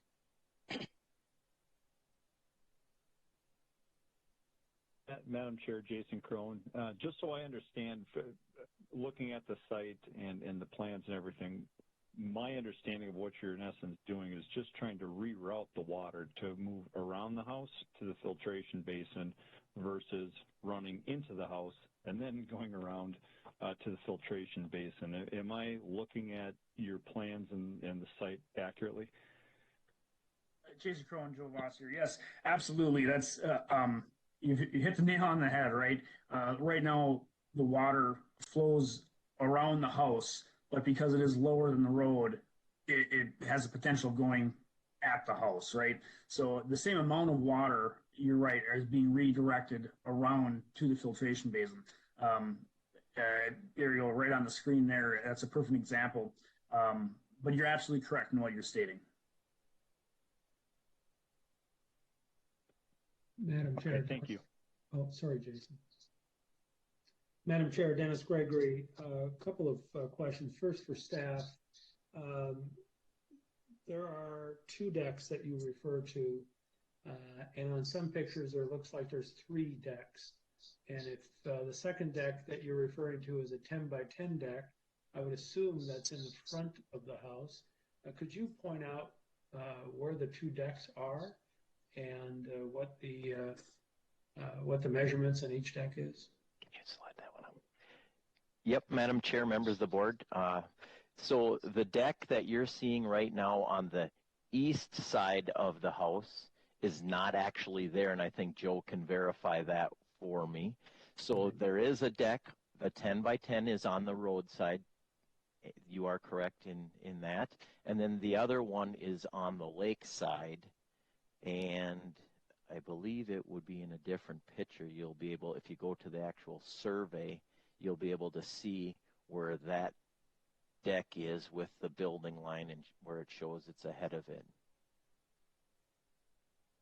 And thank you, Jamie. And then kind of following up on that, you indicate that in 2010, a 10 by 10 foot wood patio was less than 12 inches of the ground, so no permit was required.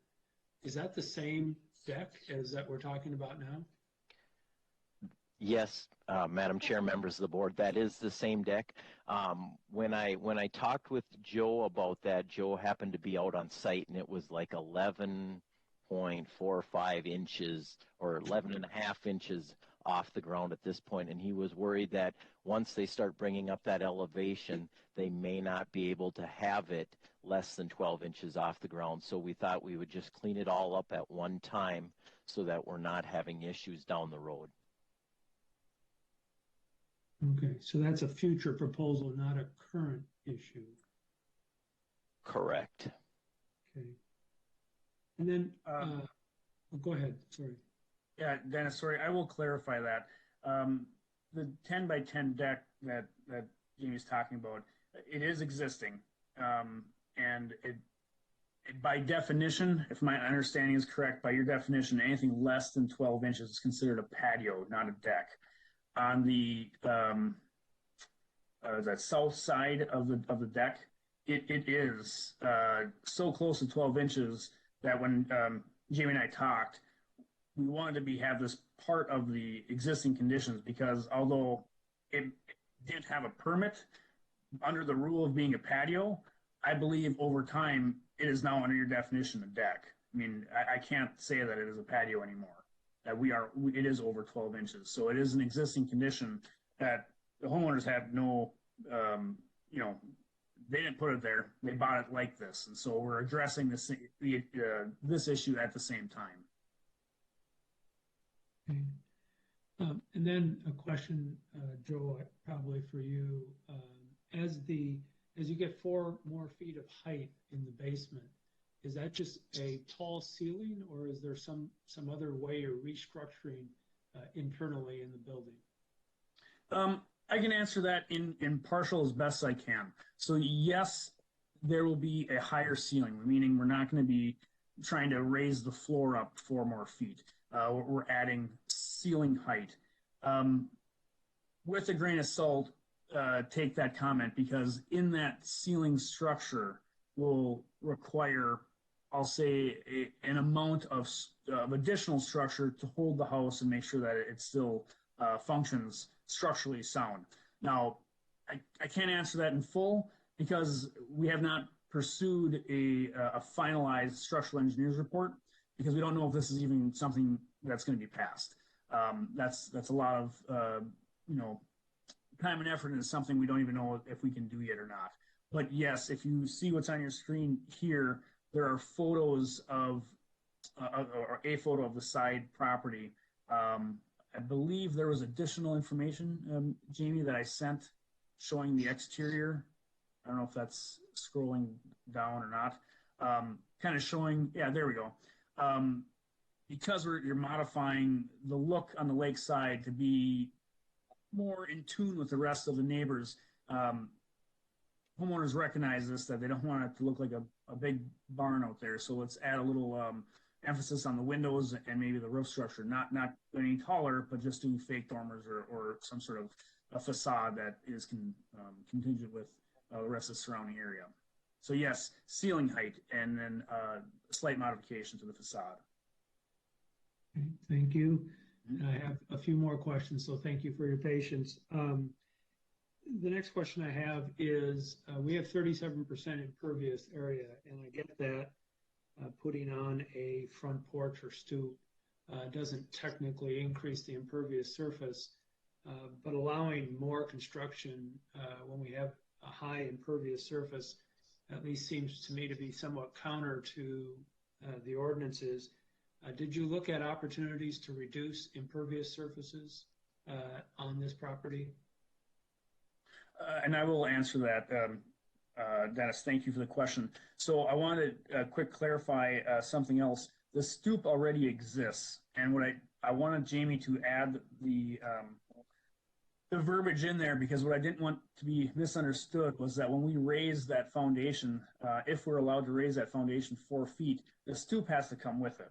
We have to raise a stoop as well, which is I'll say a reconstruct of the stoop, because we don't know what's under there until we dig it up. So yes, looking at the possibility of reducing impervious, you know, I'll say it was looked at, but we kept coming back to the fact that we're not trying to change anything. We say, okay, where do we cut? And really, when those who looked at the site, with the the pulling of the building up, there may be possibilities of changing the front to have slightly less, but at this point, that was not part of requesting a difference in impervious surface. Okay. Thank you. And last question, the engineer indicated that they couldn't really determine whether a new foundation is needed until this one is further inspected. And this may be a question for staff.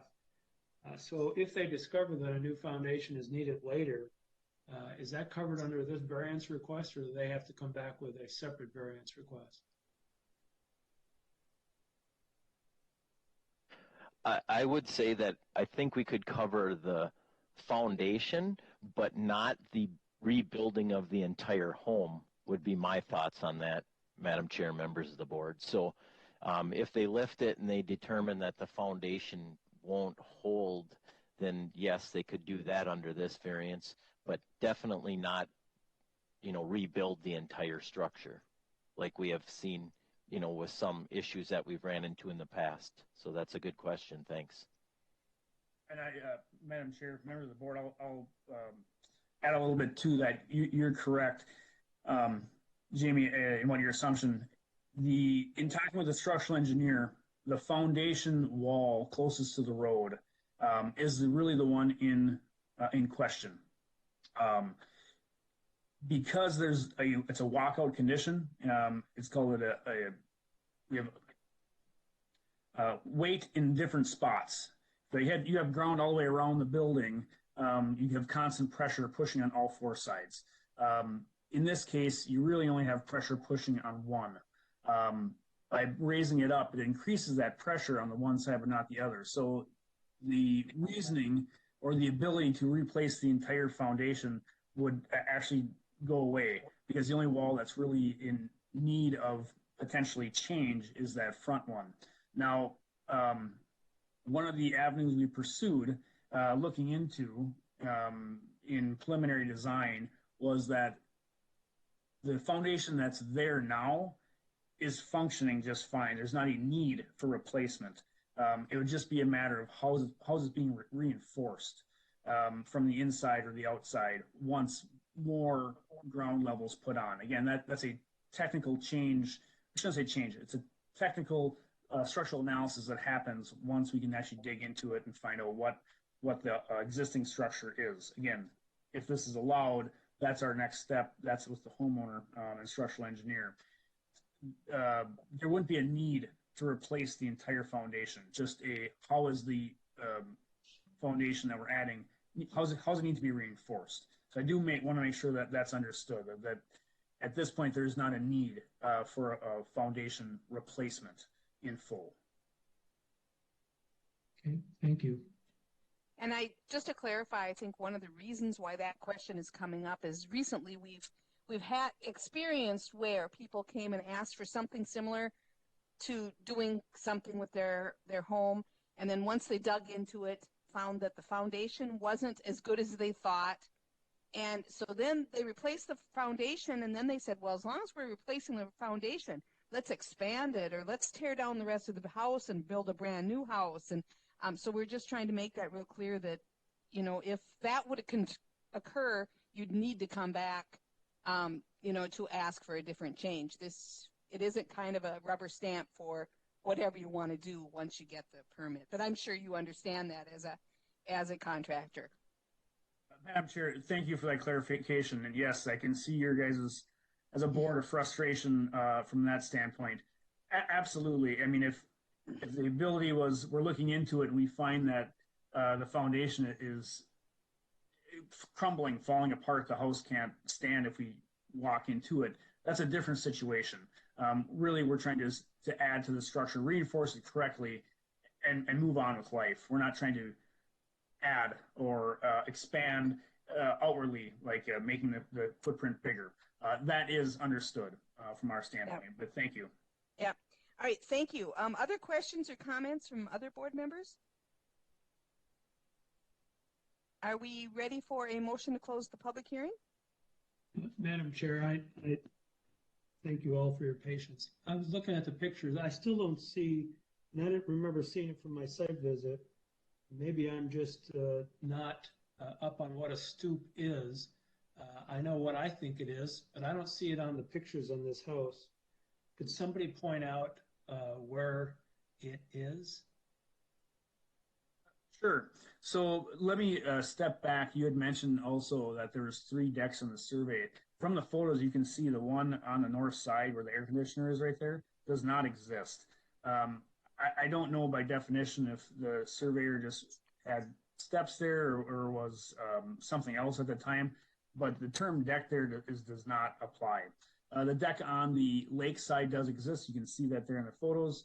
And on the middle row of photos here on what's on the screen, the far left, you'll see the 10 by 10 deck with the stairs on it. The concrete pad right in front of that front door there with the gable over the top of it, that is the concrete stoop. The sidewalk comes up to it, and if you were to walk over it, you would look at all one and the same. The concrete sidewalk and the stoop become, look like they're the same product. They are the same product. The steps there with the railing would obviously go away because the grade would be changed. But yes, it's just a square out in front of the front door. Got it. Thank you. It's different than what I think of as, but I understand. All right. Additional questions or comments? Do we have a motion to close the public hearing? Madam Chair, Mike Hain, so move. All right. We have a motion to close. Is there a second? Dave Gamrod. Dave, thank you for your second. And is there anyone opposed to closing the public hearing? Hearing none, the public hearing is now closed. I believe we will be doing the findings of fact as 2 separate ones. One to leave as constructed, the 2 decks as they are currently, and the other one is to expand the existing principal structure by raising it. So let's do the principal structure first. So our variance request findings that we will be working on first are to expand an existing legal non-conforming principal structure in an R1 zoning district less than 10 feet from a side yard line, less than 63 feet from the center line of Kentwood Road, classified as an unmaintained township and exceeding the maximum allowed impervious lot coverage. So question number 1. The proposed use is allowed in the zoning district in which the subject property is located, yes or no? Madam Chair, it's a R1 zoned area, and remodeling is approved in R1 zoning. All right, we have a yes for number 1. Does anyone disagree? Hearing none, I'll mark that as unanimous yes. Number 2, the variance will be in harmony with the general purposes and intent of the official controls and any related ordinances, yes or no? Madam Chair, Jason Crone, actually a couple of ways to look at this. So the official controls are in place to protect, obviously, the water at the lake, and also to prevent conflicts with other property owners with setbacks. In this case, you're really lifting the structure vertically, so there's going to be minimal impacts to other neighbors when it comes to setbacks. When it comes to the lake, the drainage, from what I see, should all still end up hitting the filtration basin. It doesn't look like there's going to be additional water that's going to make it to the lake that's not being accounted for. It's just a matter of rerouting it prior to it hitting the foundation. So I think it is consistent with the intents of the controls. All right, thank you. We have a yes for number 2. Does anyone disagree with that?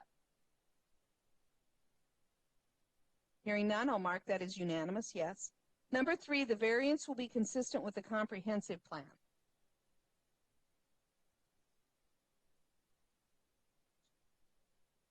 Madam Chair, I think under living goals number 3, support housing options that give people of all life stages and economic means viable choices for safe, stable, and affordable housing. All right, we have a yes for number 3. Does anyone disagree? Hearing none, we'll mark that as unanimous yes. Number 4, the property owner proposes to use the property in a reasonable manner. Madam Chair, Jason Crone, I think it is reasonable to build a long-term sustaining structure versus one that is in a sensitive area to begin with that could potentially fail in the future. So trying to mitigate that before you have other issues seems like a good use or a good intent. All right, we have a yes for number 4. Does anyone disagree? Hearing none, we'll mark that as unanimous. Number 5, the plight of the landowner is due to circumstances unique to the property, not created by the landowner.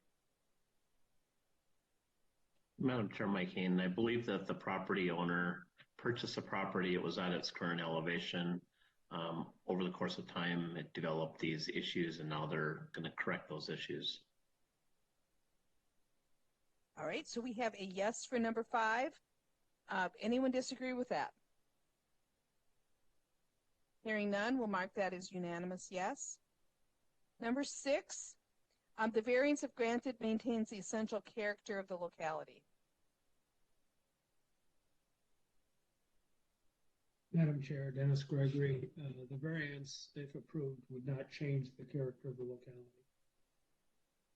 Great. We have a yes for number 6. Anyone disagree? Hearing none, we'll mark that as unanimous yes. Number 7, the need for the variance involves more than economic considerations. Yes or no?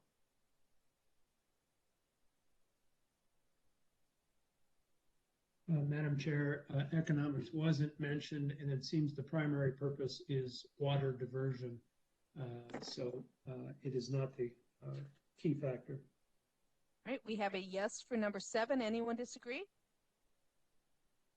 Hearing none, we will make that a unanimous yes, and we are ready for a motion. Madam Chair, Dennis Gregory, I would make a motion that we approve the applicant's request to expand an existing legal non-conforming principal structure that is less than 10 feet from the side property line, less than 63 feet from the center line of Kentwood Road, and exceeding the maximum allowed impervious lot coverage. Okay, we have a motion to approve. Is there a second? Jacob Hawk, I'll second that. All right, Jacob, we have you down for a second. I will do roll call on the remaining members. Mike? Yes. Dave? Yes. Jason? Yes. And I am a yes. So that makes that a unanimous yes for number on these findings. So your request has been approved. The second set of findings that we'll do for this property this evening is to leave as constructed a deck that is ahead of the building line and a second deck that is less than 63 feet from the center line of Kentwood Road.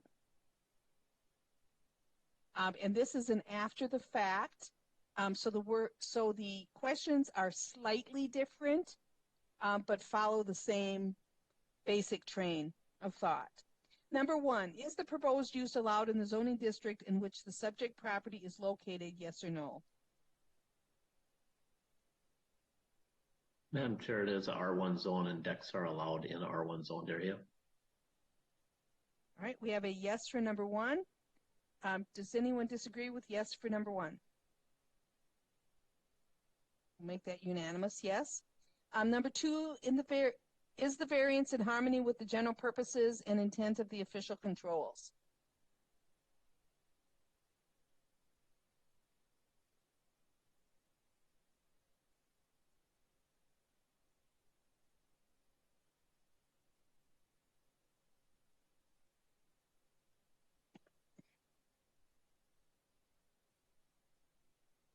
Madam Chair, Jason Crone, I believe the intent of the controls in this case are, again, decks are considered impervious. It's to prevent having too much impervious surface close to a lakeshore. So, I mean, they're existing, but it's not necessarily consistent with the intent of the ordinance. So I would say no. All right, so you're going to say no.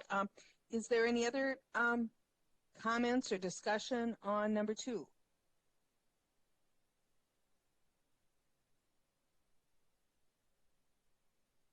Okay, anyone disagree with no for number two? All right, hearing none, then that would be a unanimous no for number two. Number three, is the variance request consistent with the comprehensive plan?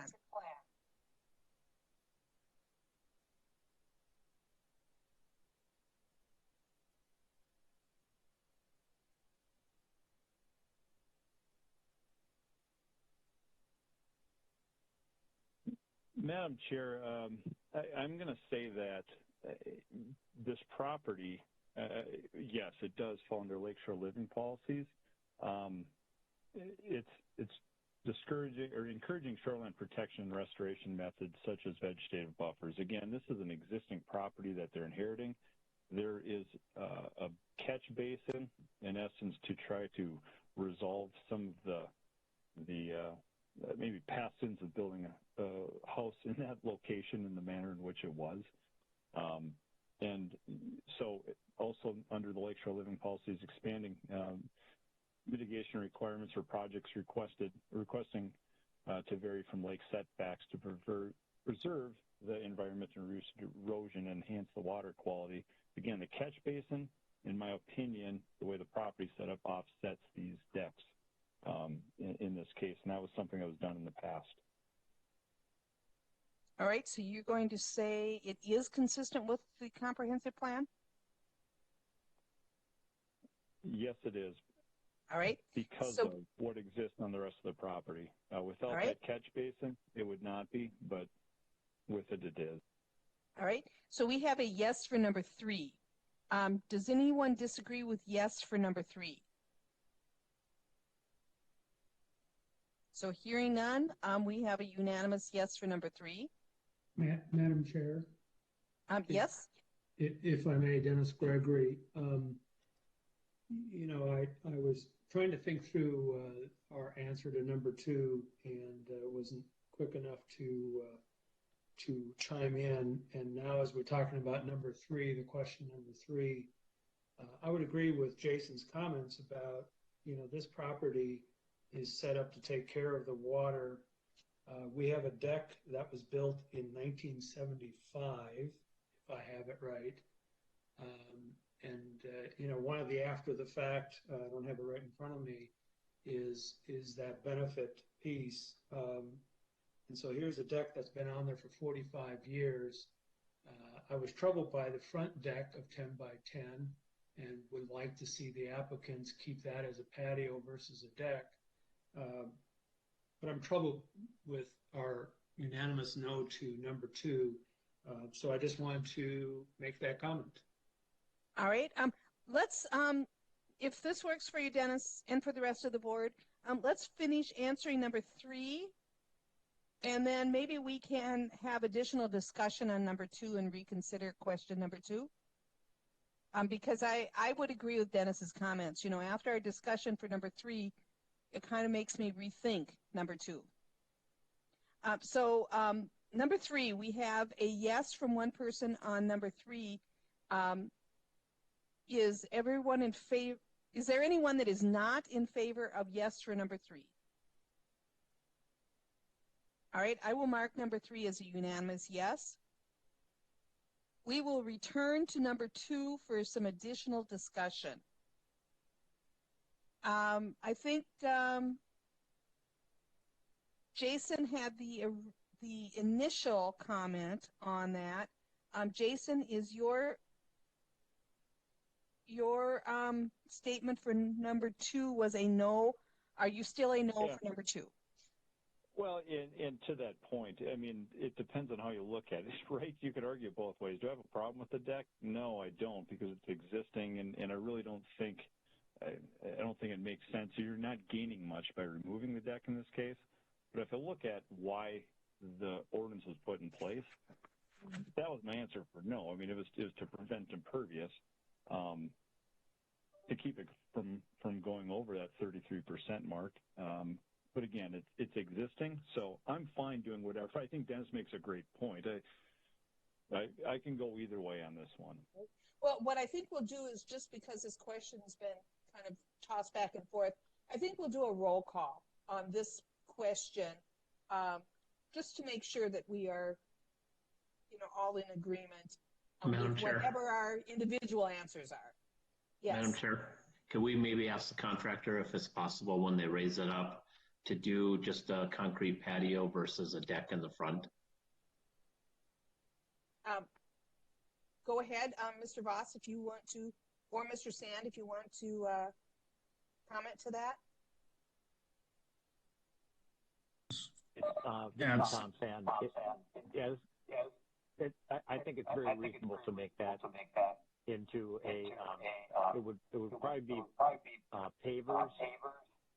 Or concrete, but it would be flat on the ground. It would not be up in the air.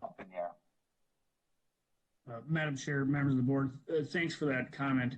Yes, it is not unreasonable to say that 10 by 10, let's make it a patio, consistent with what your definition of a patio is. And to Jamie's point, we're close to that point. So if we're going to be modifying the grade, it is not unreasonable to say, make sure it is a patio. So yes is the answer. We could make it a patio. All right, thanks.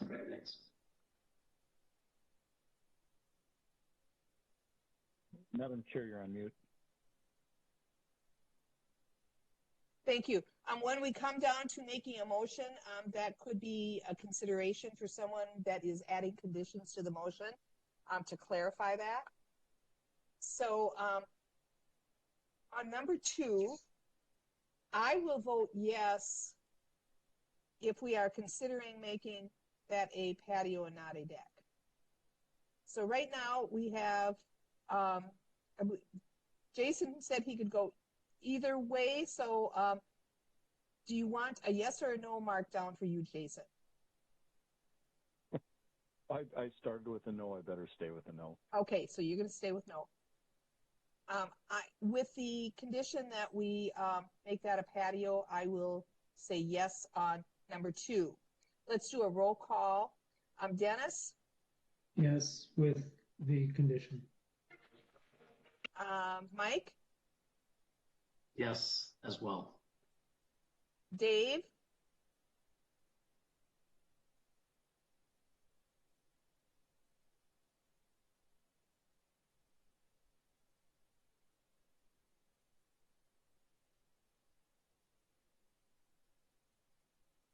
Dave, are you there? Yes. Just Right. a minute. Okay. Can you hear me? We can now, yes. Okay. Yes, I said yes with that condition. All right. And Jake? Yes, with that condition. All right. So right now we are 5 yeses and 1 no on number 2. All right. Then we will move on to, we've completed number 3. We'll move on to number 4. Is the property owner proposing to use the property in a reasonable manner, not permitted by official controls?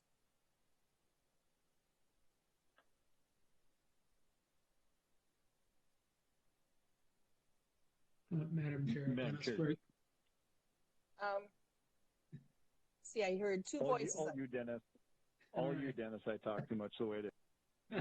Okay. It's clearly not the case, but Madam Chair, I would say yes, it is a reasonable manner to want to raise your house to mitigate water issues that you're having, and when you're raising the house to keep the deck that's in place. All right. So we have a yes for number 4. Is there anyone that disagrees with yes for number 4? Okay, hearing none, we'll mark that as unanimous. Number 5, is the plight of the landowner due to circumstances unique to the property, not created by the landowner? Madam Chair, Jason Crone, definitely unique to the property in this case. This is inheriting something that you wouldn't want to recreate today, but I think it's a really reasonable way to address the conditions at the site. And I would also agree it's a matter of keeping things just the way they currently are is in regard to with the one deck, right? So we have a yes for number 5. Anyone disagree with yes for 5? Hearing none, I will mark that as unanimous yes. Number 6, will the variance maintain the essential character of the locality? Madam Chair. Go ahead, Mike. I was going to say, I don't believe that the character will change with the raising of the house or with the decks because they were existing at the time. All right, we have a yes for number 6. Anyone disagree with that? I'll mark it unanimous, yes. Number 7, the need for the variance involves more than economic considerations, yes or no? Madam Chair, Dave Gamrad, I don't believe economics are part of this discussion. All right, I have a yes for number 7. Anyone disagree? All right, we'll mark that unanimous yes. We are now ready for a motion. Madam Chair, Dennis Gregory, I'd make a motion that we approve the applicant's request to leave as constructed a deck that is ahead of the established building line with the condition that the structure on the front of the house be a patio and not a deck. All right, so we have a motion with one condition. Is there a second? Madam Chair, Mike Kane, I'll second that. All right, we have a second from Mike. I will do roll call. Dave? Yes. Jake? Yes. Jason? Yes. And I am also a yes. So motion carries unanimously. If you have questions about that condition or anything else that you need, please contact staff during regular business hours. And Mr. Voss and Mr. Sand, thank you for being with us this evening. Thank you. Nate? Thank you very much for your time. All right, our last item on our agenda for this evening is to consider a request from Schoenberg Construction Incorporated, Craig Schoenberg, St. Cloud, Minnesota, on behalf of Tim and Isla Mosick, Lake Lillian, Minnesota, from Section 6.2.1, Table M of the Stearns County Subsurface Sewage Treatment System Ordinance 422 in sections 10.2.11A2 and 10.2.11A5 of the Stearns County Land Use and Zoning Ordinance 439 to construct a residential dwelling and deck less than 10 feet from a sewage tank, ahead of the established building line and in the bluff impact zone. The said ordinance requires a new residential dwelling and deck to be located 10 feet from a sewage tank, landward of the established building line, and cannot be placed within the bluff impact zone. The affected property is lots 11 and 12 and including the vacated Brisky Lane adjacent to said lots, Brisky's replat and subdivision, section 36, track 123 north, range 31 west of Munson Township. And the property address is 20731 Eastway Court, Richmond, Minnesota. And are the applicants with us this evening? Yep. All right, thank you. And we'll do a roll call as to who was able to visit the site. Dennis? Yes. Jill? Oh, excuse me, Jill's not here. Mike? Yes, and I also spoke with both of the residents. All right. Dave? No. Jake? Yes. And Jason? Yes, I did. And I also visited the site. All right, if staff could please give us an overview of the request. Sure. Thank you, Madam Chair, members of the board. The applicants are proposing to construct a 38-foot by 16-foot, 608-square-foot residential dwelling with a crawl space 8 feet from the existing septic tank, approximately 50 feet from the ordinary high water level of Horseshoe Lake, and located in the bluff impact zone. Also to construct a 10-foot by 38-foot, 380-square-foot stamped concrete deck approximately 40 feet from the ordinary high water level of Horseshoe Lake and located in the bluff impact zone. The applicants currently own lots 11 and 12 of Brisky's replat and subdivision and part of the west half of vacated Brisky Lane adjacent to said lots. Brisky's replat and subdivision was platted in 1965. The property is in an R1 zoning district. The tract contains 40,973 square feet of lot area. The applicants purchased the property in 2013. There is an existing 24-foot by 25-foot, 600-square-foot residential dwelling that was constructed in 1960 and a 16-foot by 22-foot detached garage with living quarters above, constructed in 1970, according to the Stearns County Assessor's records. Both structures were constructed prior to the official controls. The residential dwelling is located approximately 43 feet from the ordinary high water level per the survey provided by the applicants. On August 27, 2020, the applicants applied for and were granted a variance to construct a 38-foot by 16-foot, 608-square-foot dwelling with no crawl space or deck. There was also a 10-foot by 16-foot, 160-square-foot water-oriented accessory structure located on the property that was constructed in 1997. That structure was also allowed by the variance that was granted in 2020. The subsurface sewage treatment system that services the existing dwelling and living quarters above the garage consists of a septic tank and drain field.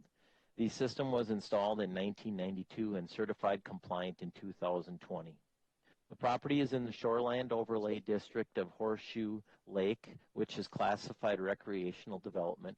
Horseshoe Lake is on the list of impaired waters for nutrients and mercury in fish. The current impervious lot coverage for the property is approximately 11.1%. The proposed impervious lot coverage when the project will be complete will not change significantly since the proposed dwelling is similar in square footage to the dwelling that was replaced. An alternative to the request is to replace the dwelling without expansion as it currently exists on the property today. Munson Township, the Minnesota Department of Natural Resources, Sauk River Watershed District, Sauk River Chain of Lakes Association, and property owners within 500 feet have been notified of this request, and we have not received any correspondence with regards to this request.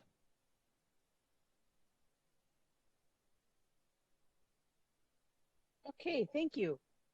If the owners then could please give us their comments, the applicants.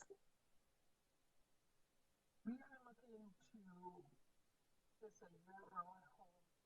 All right, Ms. Bosick, we're not hearing you very well. Okay. Now that's a little better. You're not cutting up, but the volume is low. So if you maybe can sit a little closer to where the mic on the computer would be. Sure. What we are trying to build here is a retirement home that we hope to use in about 2 years when we retire from the farm, and we hope to sell the farm site.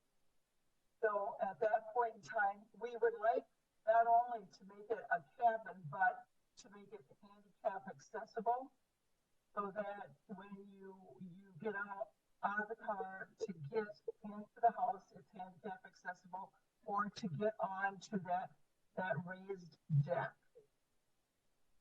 And in order to make it year-round, we have certain utilities, such as the furnace, water heater, and that's what the crawl space would be utilized for. All right, thank you.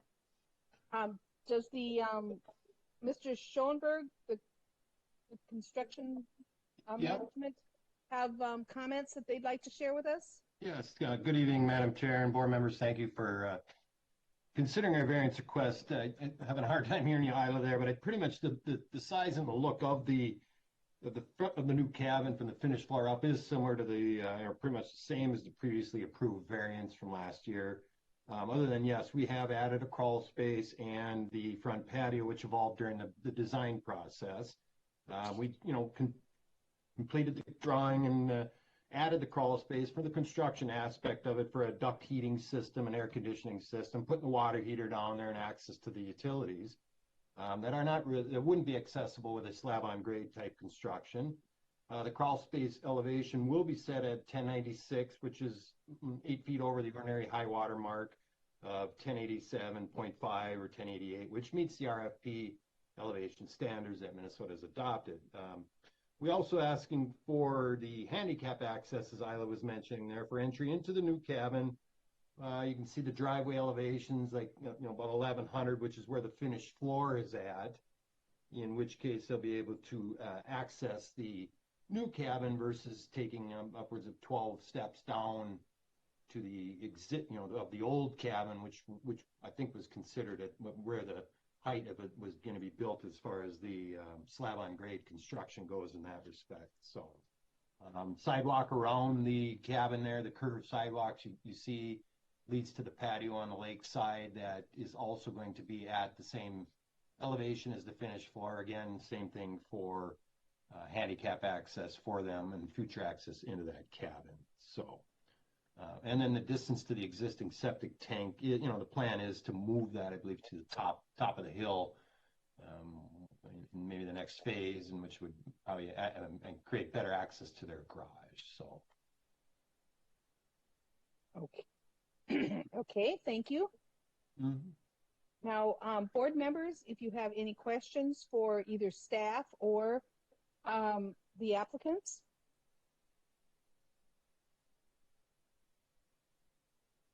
Madam Chair, Dennis Gregory, a couple of questions. The sheds, when I was out there, I didn't look to see if those sheds that were approved or were to be removed for the last variance were actually removed. Could they confirm whether the sheds are there or not? The two sheds are still there. You mean the bunkhouse and the 100 or the 160-foot square thing?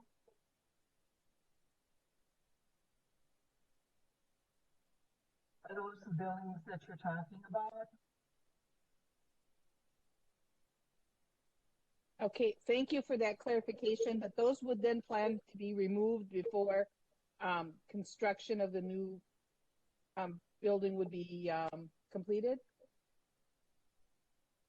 No, I believe both of them structures were, I think, approved to stay, were they not? Or all right, thank you. Yeah. I believe they agreed to maybe they would remove the 10 by 12. Okay, wood the 10 by Correct. 12. There maybe. Correct. You know. But All right, the other two structures were approved to stay. Stay. All right, thank you. Mm-hmm.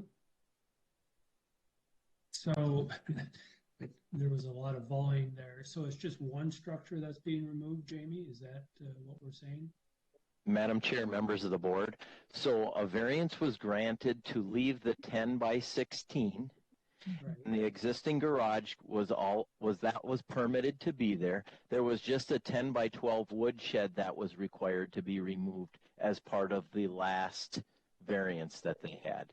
And I don't believe that has been removed if I remember correctly. So if we approve a variance tonight, do we need to make that a condition again? It was a condition of the last variance, so I would say no, we don't need to, but if you want to put it on there, you certainly could. Okay.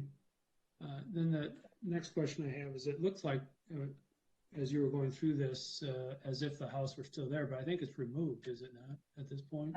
Yes, it is. Okay. Yes.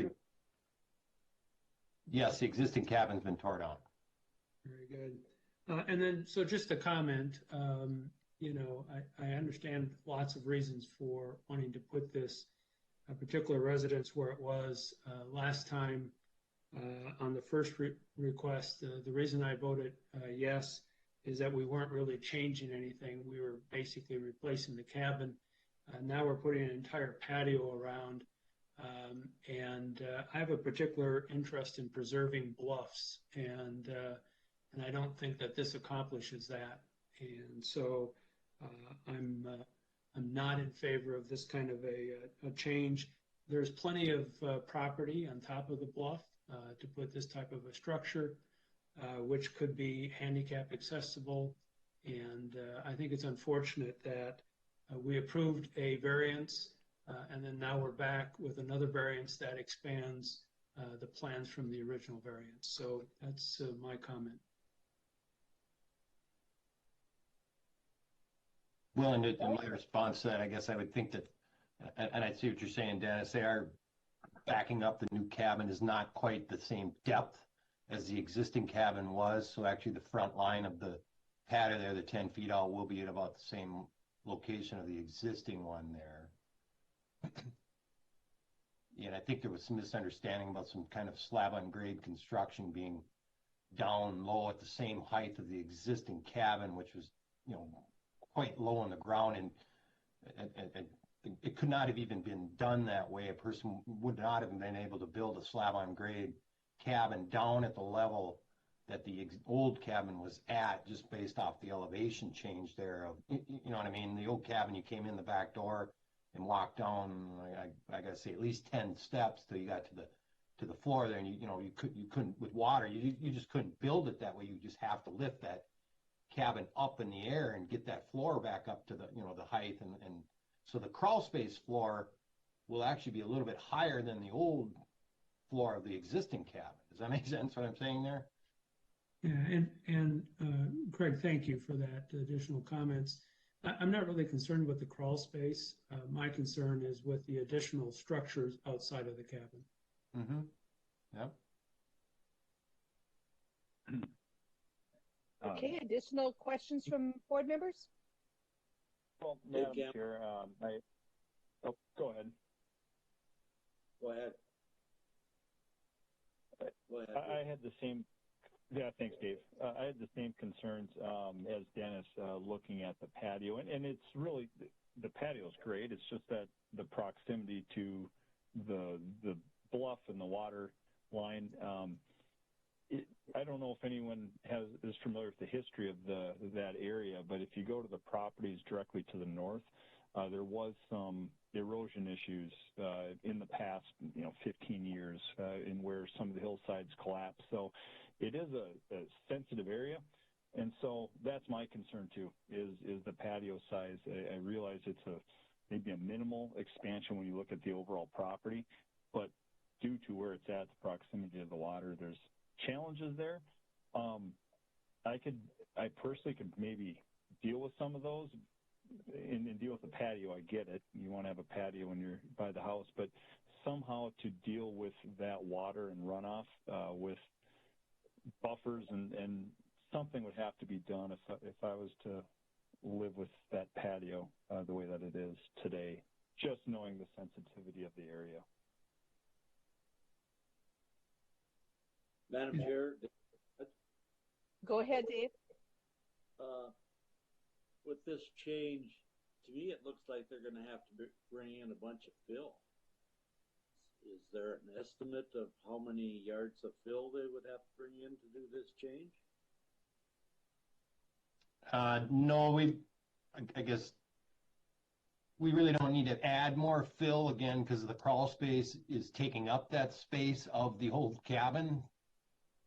If that makes sense to you, I guess there will be fill needed for the 10-foot by 38-foot patio on the front there to, fill that in. They wanted that built in concrete, if that makes sense to you, I guess. But we're not hauling in a bunch of fill and then putting the new cabin on top of that, if I understand your question right. Yeah. That's my question, is how this thing would affect the topography there and affect the bluff, or how it would change things. I have seen this. Now when I look at this, I have been at this site. So, thank you. Okay, additional board comments? Madam Chair, Craig, I have a question. Can you tell me the size, the dimension of the concrete on each side of the cabin? I can't seem to find a dimension. Both the concrete patios are 10 by 38 on both sides. Okay. I know the front one's 10 by 38. So bigger than the cabins. Bigger than the what? I'm sorry. Bigger than the cabin. It'd be. Yeah, it would. Yeah. Both of them are 10 by 38. Madam Chair, just observations. Maybe Craig could answer this. Do you know how much of that patio is covered by the roof itself? Because that's currently designed to slope away from the lake. There's a front overhang. Just shy of 5 feet. No, the overhang on the front of the cabin is, I can tell you, about 4 feet. Okay. Thank you. Madam Chair, members of the board. Yes, go ahead. I think what we need to do is we need to call this a deck because it is more than 12 inches off the ground. It is not a patio. I know it's concrete, but our ordinance states that if it's 12 inches off the ground, regardless of the material it is a deck. And so when we talk about patios and we talk about decks, there's a difference between the two. And so we need to refer to this as a deck. I realize it's concrete, but because of that elevation on the front or on the lake side being over 12 inches, it is considered a deck. The reason I say that is because if it were a patio, it would not require a variance to be here. And so that's why we have to refer to this as a deck, even though it's concrete. Okay, thank you. We want to make sure we have that clear in the record so that there's no confusion, whether it's on grade or above grade. Other questions from the board? Madam Chair, Dennis Gregory, when we approved the previous variance in August of 2020, Mr. Mossick indicated at the time that they planned to hire a landscaper. Certainly curious if they did so, and to Jason's good observations, whether they have a water mitigation plan that they plan to put in place.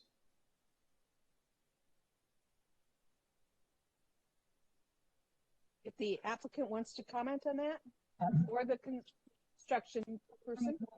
We will have, Craig has a landscaper that he is going to use for his part, and we want to then hire him to help us with the remaining landscaping.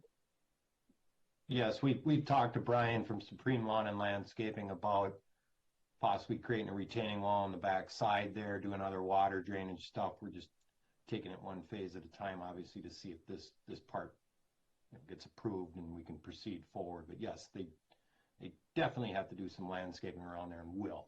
They know that. Okay, and just one comment, if you're talking about putting in retaining walls, and make sure that whatever landscaping plan that you would put in place, that you would have that go through the Environmental Services Office, because when you start adding retaining walls, that also looks at permits and variances depending on where and how they're located. Sure, absolutely, we would, yes. Madam Chair, Dennis Gregory, one more time. I made my comments earlier about my thoughts on the property and this plan.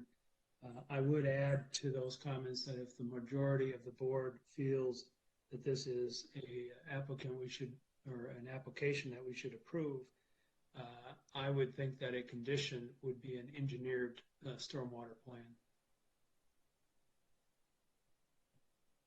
All right, that's something that could be included as a condition. And we do have, before we go to findings, we do have a choice to make whether we would want to do it all as one finding or as two, that the decks would be on one finding and the construction of the residential dwelling could be a second finding. Or we could do them both together. Hearing the discussion, I am leaning toward doing two sets of findings, but what are other board members' thoughts? Yes. Yeah, Madam Chair, that'd be fine. I guess I would vote for just doing it under one. And I share Dennis's concern. I think if there was the concern is the water. I don't have a problem with the patio. In fact, I completely understand the desire for a patio in this case. It's just, what do you do with the water? So as long as there's an engineered plan to control that, totally cool doing it as one. But that's my opinion. All right. Okay. So thoughts of other board members? Madam Chair, just a point of order or point of information. We already approved a variance for the structure. Does that variance still hold? My understanding is that they didn't change anything to the structure, that the request here is for the deck mainly. Maybe Jamie can clarify. Madam Chair, members of the board, there was no crawl space that was approved last time, and so we do need to hear that. Another thing to keep in mind is if you put a condition for a stormwater plan, there is a chance that the engineer could say there is no way for them to treat the stormwater from this structure. And so I just want to make sure you are aware that that could happen. And then what would you prefer to have them do if that comes back that way?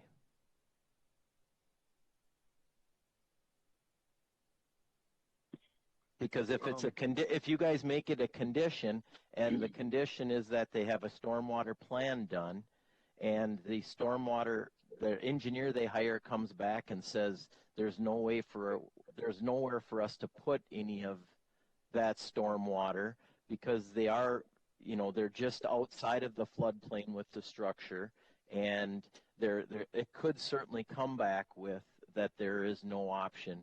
Are you okay with that? Or what would your thoughts be after that? The last thing I'd want to see is to have them come back again, if you know what I mean. And so I don't know how you would want to phrase that. Is this something Mr. Berg would look at before a engineer would, or would they work in correlation together? we could certainly do that. And just to give you some information, we did not have Greg go to this one because of the fact that they did not have that at the last one. And so that was just a decision that was made by staff that, it wouldn't be fair to have Greg come in there when they didn't have Greg before, I guess, is kind of the thoughts. And so you could make that as a condition, maybe have Mr. Berg. We could ask Mr. Berg from Soil Water Conservation District to visit the site and make a recommendation like he does for, other variance requests that are similar to this one. And my thoughts with doing two separate findings of fact would be that if we don't feel that adding the crawl space is going to make a big difference to us from what we already approved the previous time, they could move forward on the residential dwelling. And then if we have questions about the stormwater management or the rain gutters or whatever, or the rain gardens or whatever we would require, if that's more related to the deck or to adding the decks, that we don't say no to the whole project because we have a problem with part of the project. Madam Chair, I'll retract my comment. We probably need to. Madam Chair, would you recommend that the applicants hold off on part of it until next month to get this review before we make a decision? Or would we make a decision tonight and then they come back at a later date if it's not favorable? Let's check with the applicant on that. And we can vote on part of it and carry over or continue the other part of the request until you'd have a chance to look at a stormwater management plan or, to talk about, how you're going to mitigate water concerns. What's the applicant or the construction person's thoughts on that? Well, again, I know the Mossiks would definitely be willing to do that. Me and Tim have talked about that numerous times about the water coming down that driveway there towards the cabin and lifting that thing up again. And, you have previously approved this construction, and I believe there was just some confusion if the slab on grade, we were going to lift that thing up by adding all kinds of fill in there and get that new floor of the previously approved variance. We would have had to add like 5 feet of dirt in there, you know what I mean? So again, it was previously approved, but he is very, and I am too, about the water coming down around there. Obviously, we don't want it coming in the cabin, but we need to divert it around the cabin there. So I'm sure the Mossiks would be willing to look at that. I would obviously prefer to proceed forward, obviously, but that's your decision, I guess. So, but I know the Mossiks would be open to that. Okay. Can I comment at this time? Madam Chairman, can you hear me? Yes, I can. Yes, the real problem here looks like a 10-foot deck, and we did not need, I wonder how we ever got to that point. We did not need a 10-foot deck. We showed you a picture of a 5-foot deck on the cabin that we had approved last year. I assumed that would be fine. That's actually all we really would be happy to just take that, just take 5 feet off there. That would really help things a lot. I think that's maybe what we should be doing. We don't need a 10-foot deck on it. We just want to step out of the cabin without falling 5 feet down. And I think we could live with that. We could very well live with that. That would be no problem. All right. Comments and thoughts from board members? I think we move forward with the cabin and have Greg give us a report and have the applicants just hold over to the next meeting on the whatever size patio or deck, so we all could have a good understanding without them having to pay for another variance request at some point down the future. Board members, I just want to make a point though that the construction of the cabin and that front wall and retaining wall will kind of has to be all done and it's one for the footings of that thing along with the retaining walls. and so it might be just difficult to just build the cabin. I think I heard Tim to say he backed that up to 5 feet out from the, be willing to do that. But does that make sense to you? The footings and the retaining wall are all going to be like an poured wall type thing. So you got to step footings and maintain frost steps there. So it might be a little bit difficult just to build the cabin and not the deck out front there, I guess. It just in construction process. Does that make sense? Chair? Yeah. Yes. Madam Chair, question Yes. For the applicant or Craig here as the builder. When were you looking to start this project? 2 weeks ago? No. Okay. No, as soon as we can. They're willing to get going. Yeah, fair. And that's, I hate to try to redesign something, in a short span. There's a lot of time put into. It's nice hearing the homeowners are willing to look at the dimensions of the deck. If, with comment from Soil and Water and some other experts on, which really should happen probably anyway, dealing with water mitigation, maybe it's just fine the way that it is, and then you don't have to compromise on those things. I'd hate to rush you into a decision unless you're in a hurry to get going, and then I'll defer to you. But just another comment. It might make sense to do it in 2 phases. Madam Chair, Dennis Gregory, the previous variance request did not have any outside structures, so no deck on it. At least as I'm looking here at the minutes, so unless I'm missing something, I would be still of a mind, given where this structure is being built. We probably overlooked the water mitigation last time. I don't think we should do that again, and I really do think that we should make it subject to a water mitigation plan. And I think given the location, an engineered stormwater plan would be best. Greg Berg's recommendation is going to be difficult. He's going to have a difficult process here, given the location. An engineered stormwater plan by Schultz Engineering or one of those firms is going to be able to figure out a much better plan. And I agree. And when I hear them several times talk about retaining walls, I just don't want them to begin construction and then find out that they are in violation of something else because they have put up a retaining wall that is not approved. Because I know we haven't had a lot to do with retaining walls, but I know the Planning Commission has, and I know there's been a lot of issues with retaining walls. So I would hate for the applicants to move ahead and then get caught in a difficult situation. Well, Madam Chair, to your point, I looked at the current drawings, and it's right around that 4-foot mark, and that's where it pushes it into a major shoreland alteration, which could complicate things. So, yeah, there's a few different considerations with this site.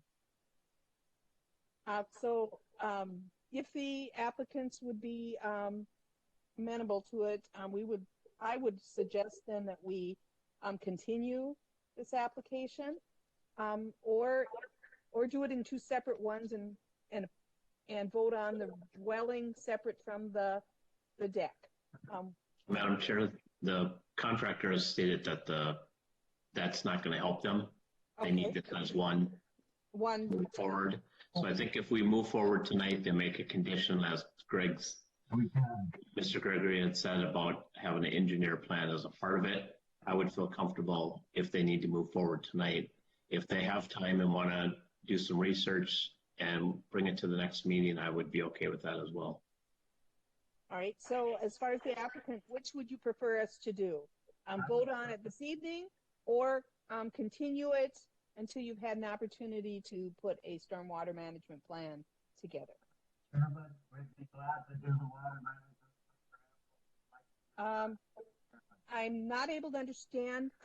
We'd like to, Madam Chairman, once it gets started on the cabin, we can do it in 2 steps. We can do it in 2 steps. Can you hear? Okay. So you're saying you can do it in 2 steps, the residence and the deck? and we'd like to get moving on it. I think I'd like to get a water mitigation plan, but I really want to get moving on it. The house. So we would really like you to vote on two parts to it if you can. All right, I'm going to ask a question of staff. Would that would splitting it into two, do you feel that would address our concerns?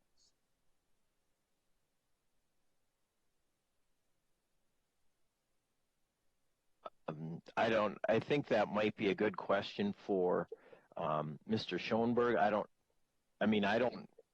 don't see, if he says he can't do both of them separately, then I don't want to say he can if he can't do that. So I don't feel comfortable making that call on whether or not they can do them separately or not.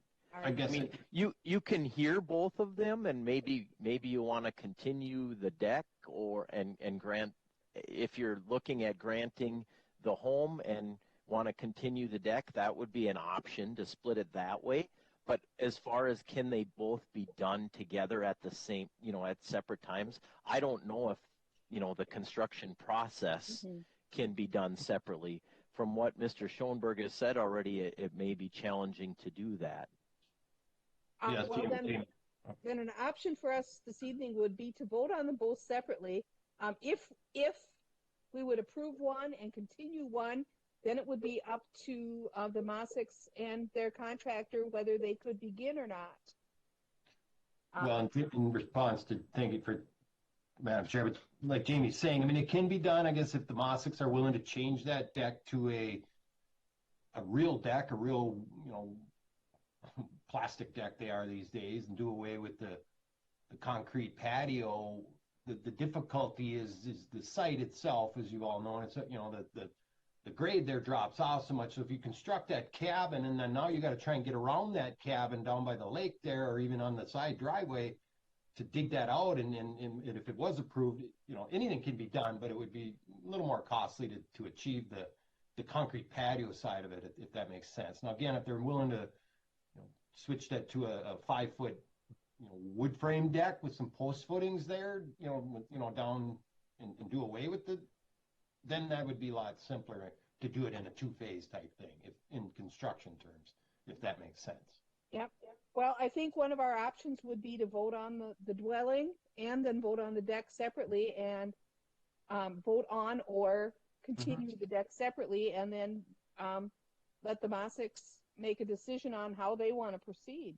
Sure. What about other board members' thoughts? That's just my thoughts. What are thoughts of other board members? I think we can do it in two. There's a part of me wants to do it in one because the condition that I think is important is the engineered stormwater plan. And so there's a part of me that doesn't like the idea of approving the cabin with the crawl space and then putting a engineered stormwater plan on the deck piece.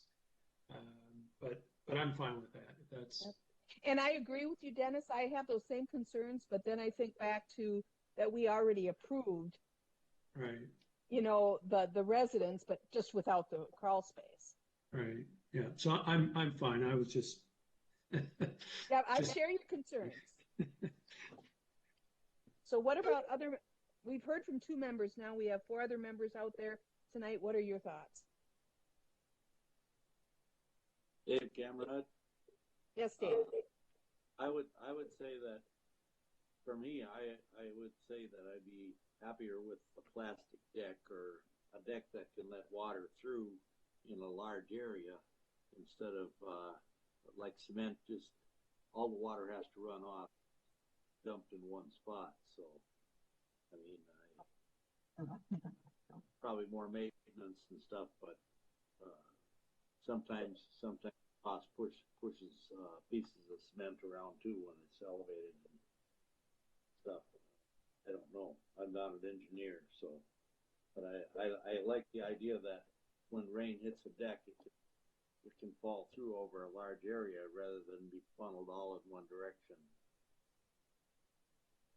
Okay. So, Dave, would you be in favor of splitting the findings in two for this evening?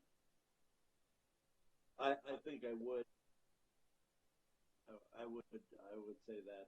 I have no problem with the crawl space.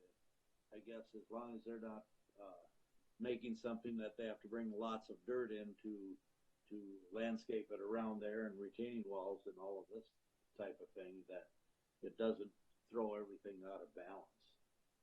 Okay. And the other members, there's three other members we haven't heard from yet as far as whether we would split it in two or one. Yeah, this is Jake. I'd be fine splitting it into two. Okay. Well, that sounds like we've got the majority of the board saying it's okay to go ahead and do two findings. Then, with all our discussion, I don't recall, have we closed the public hearing? No, I don't believe so. All right. So, could we have a motion to close the public hearing? So moved, Dennis. Makes a motion. All right. Second by Jason. Second by Jason. All right. Is there anyone that is not in favor of closing the public hearing? Hearing none. The public hearing is now closed. And from the discussion of board members, we will do findings in two sets. The first finding we will do is to construct a residential dwelling less than 10 feet from a sewage tank ahead of the established building line and in the bluff impact zone with a crawl space included in from the previous request. Question number one, the proposed use is allowed in the zoning district in which the subject property is located.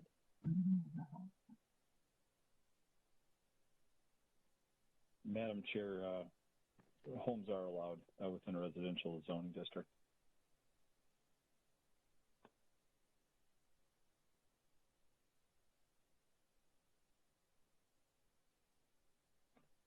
Madam Chair, All right, we have a yes for number one. Does anyone disagree with that? Hearing none, we'll have a unanimous yes.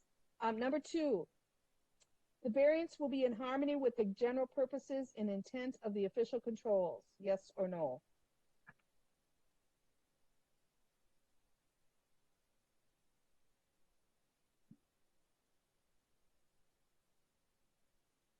Madam Chair, the controls are in place to prevent additional runoff in sensitive areas near lake shores. Since the housing structure is really not adding any impervious surface to that area, I think it is in harmony because it's an existing condition. All right, thank you. We have a yes for number two. Does anyone disagree?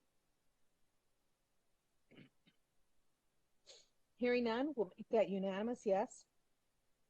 Number three, the variance will be consistent with the comprehensive plan, yes or no?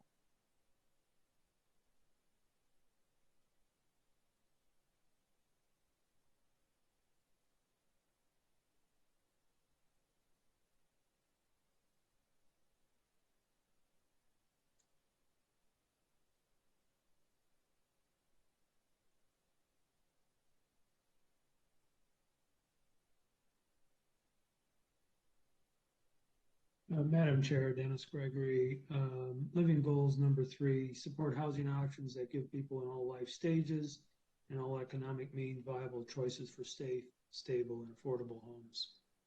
Yes. All right, we have a yes for number three. Does anyone disagree with yes for three?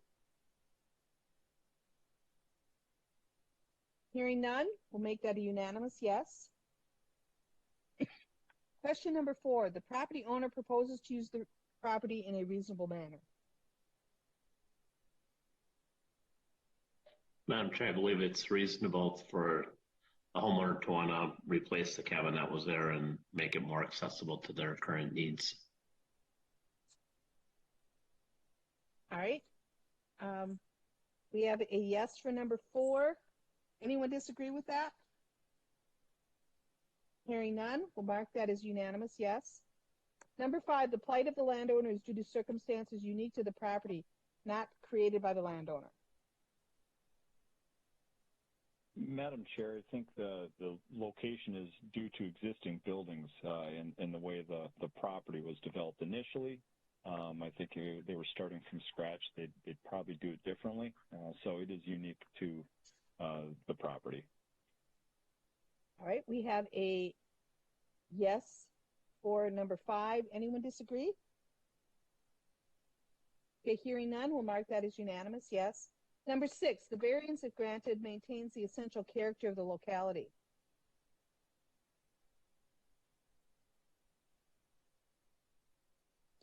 I don't believe, Madam Chair, the character will change a lot by adding this 600 square foot cabin right where the old one was. All right, we have a yes for number 6. Anyone disagree? Hearing none, we'll mark it as unanimous yes. Number 7, the need for the variance involves more than economic considerations, yes or no?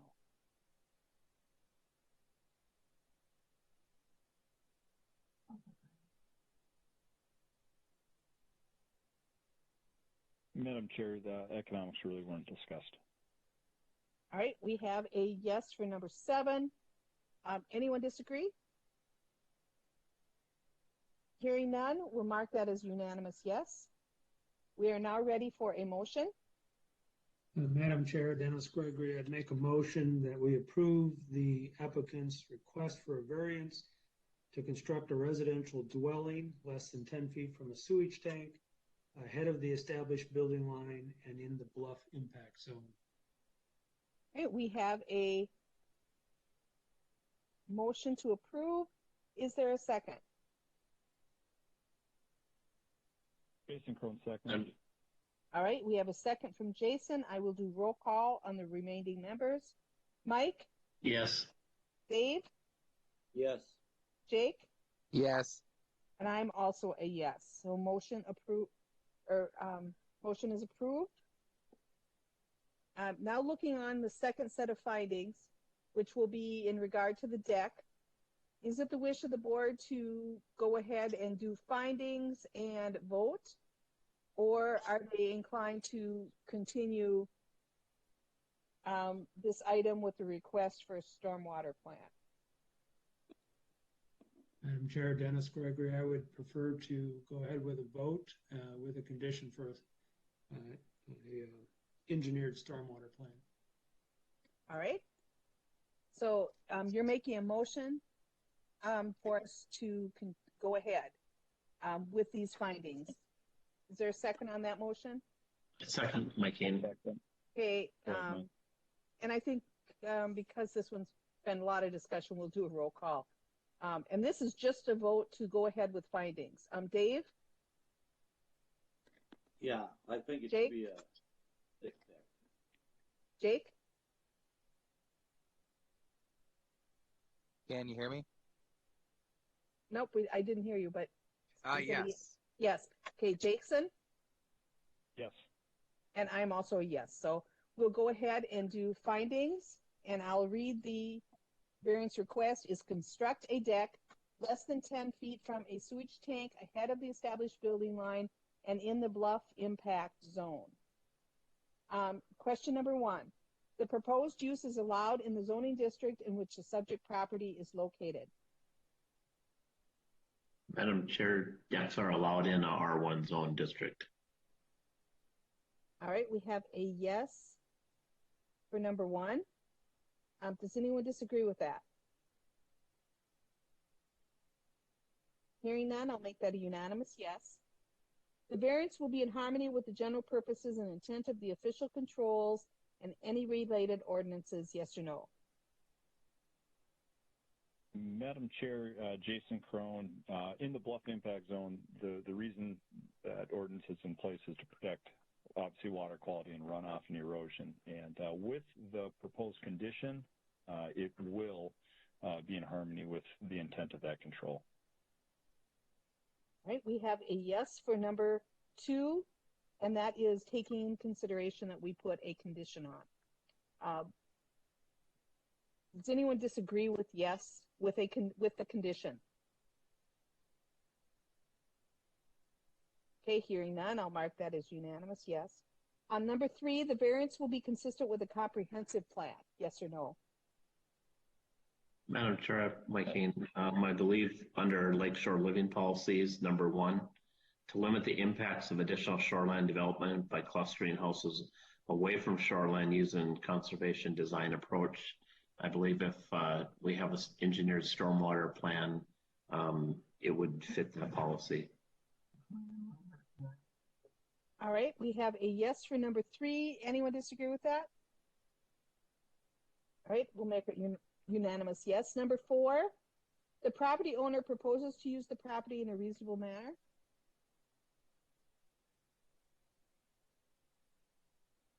Madam Chair, Jason Crone, I think the plan's really reasonable. It's just a matter of controlling that water.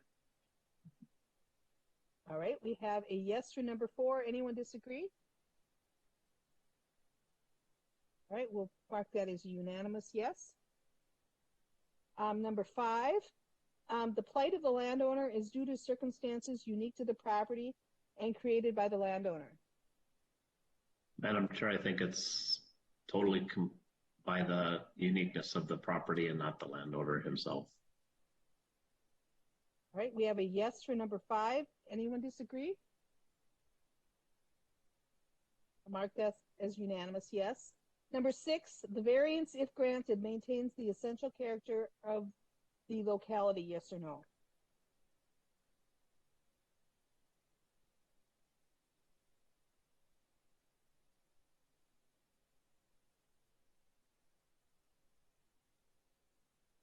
Madam Chair, Jason Crone, I do believe it maintains the character. There was an existing building there. So this is just a slight change and an upgrade.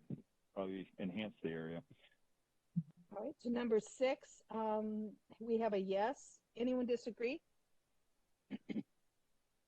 So we'll have unanimous yes for number 6. Number 7, the need for the variance involves more than economic considerations.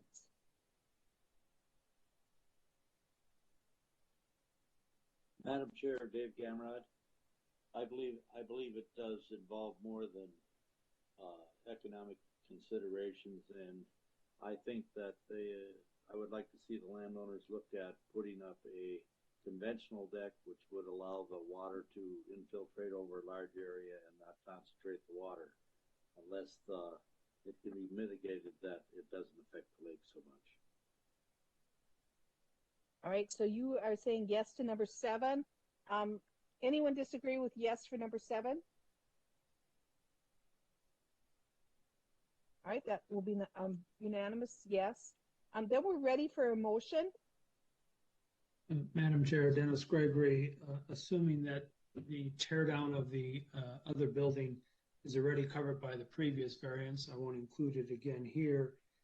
I would make a motion that we approve the applicant's request for a variance to construct a deck less than 10 feet from a sewage tank ahead of the established building line and in the bluff impact zone, with the condition, which probably would include Member Gamrat's suggestion, to have an engineered stormwater plan for this property, which would be implemented, with the construction of the proposed building.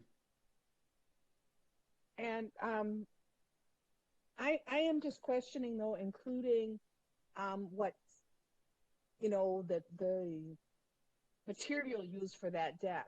I think if we have an engineered stormwater plan, my thought would be that it would be up to the applicant whether they would be, what type of deck they would put up. And I had a question. Is that what staff was?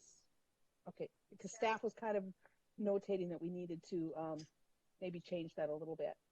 What are members' thoughts on that?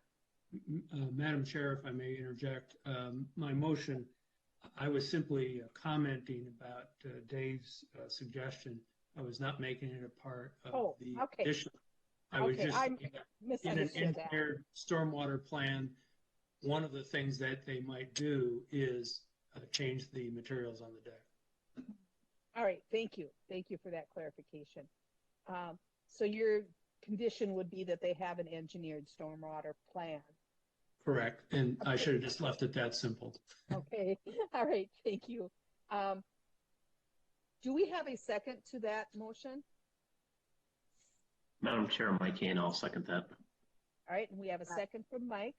Madam Chair, Shelley Benson, Yes. Environmental Services Director.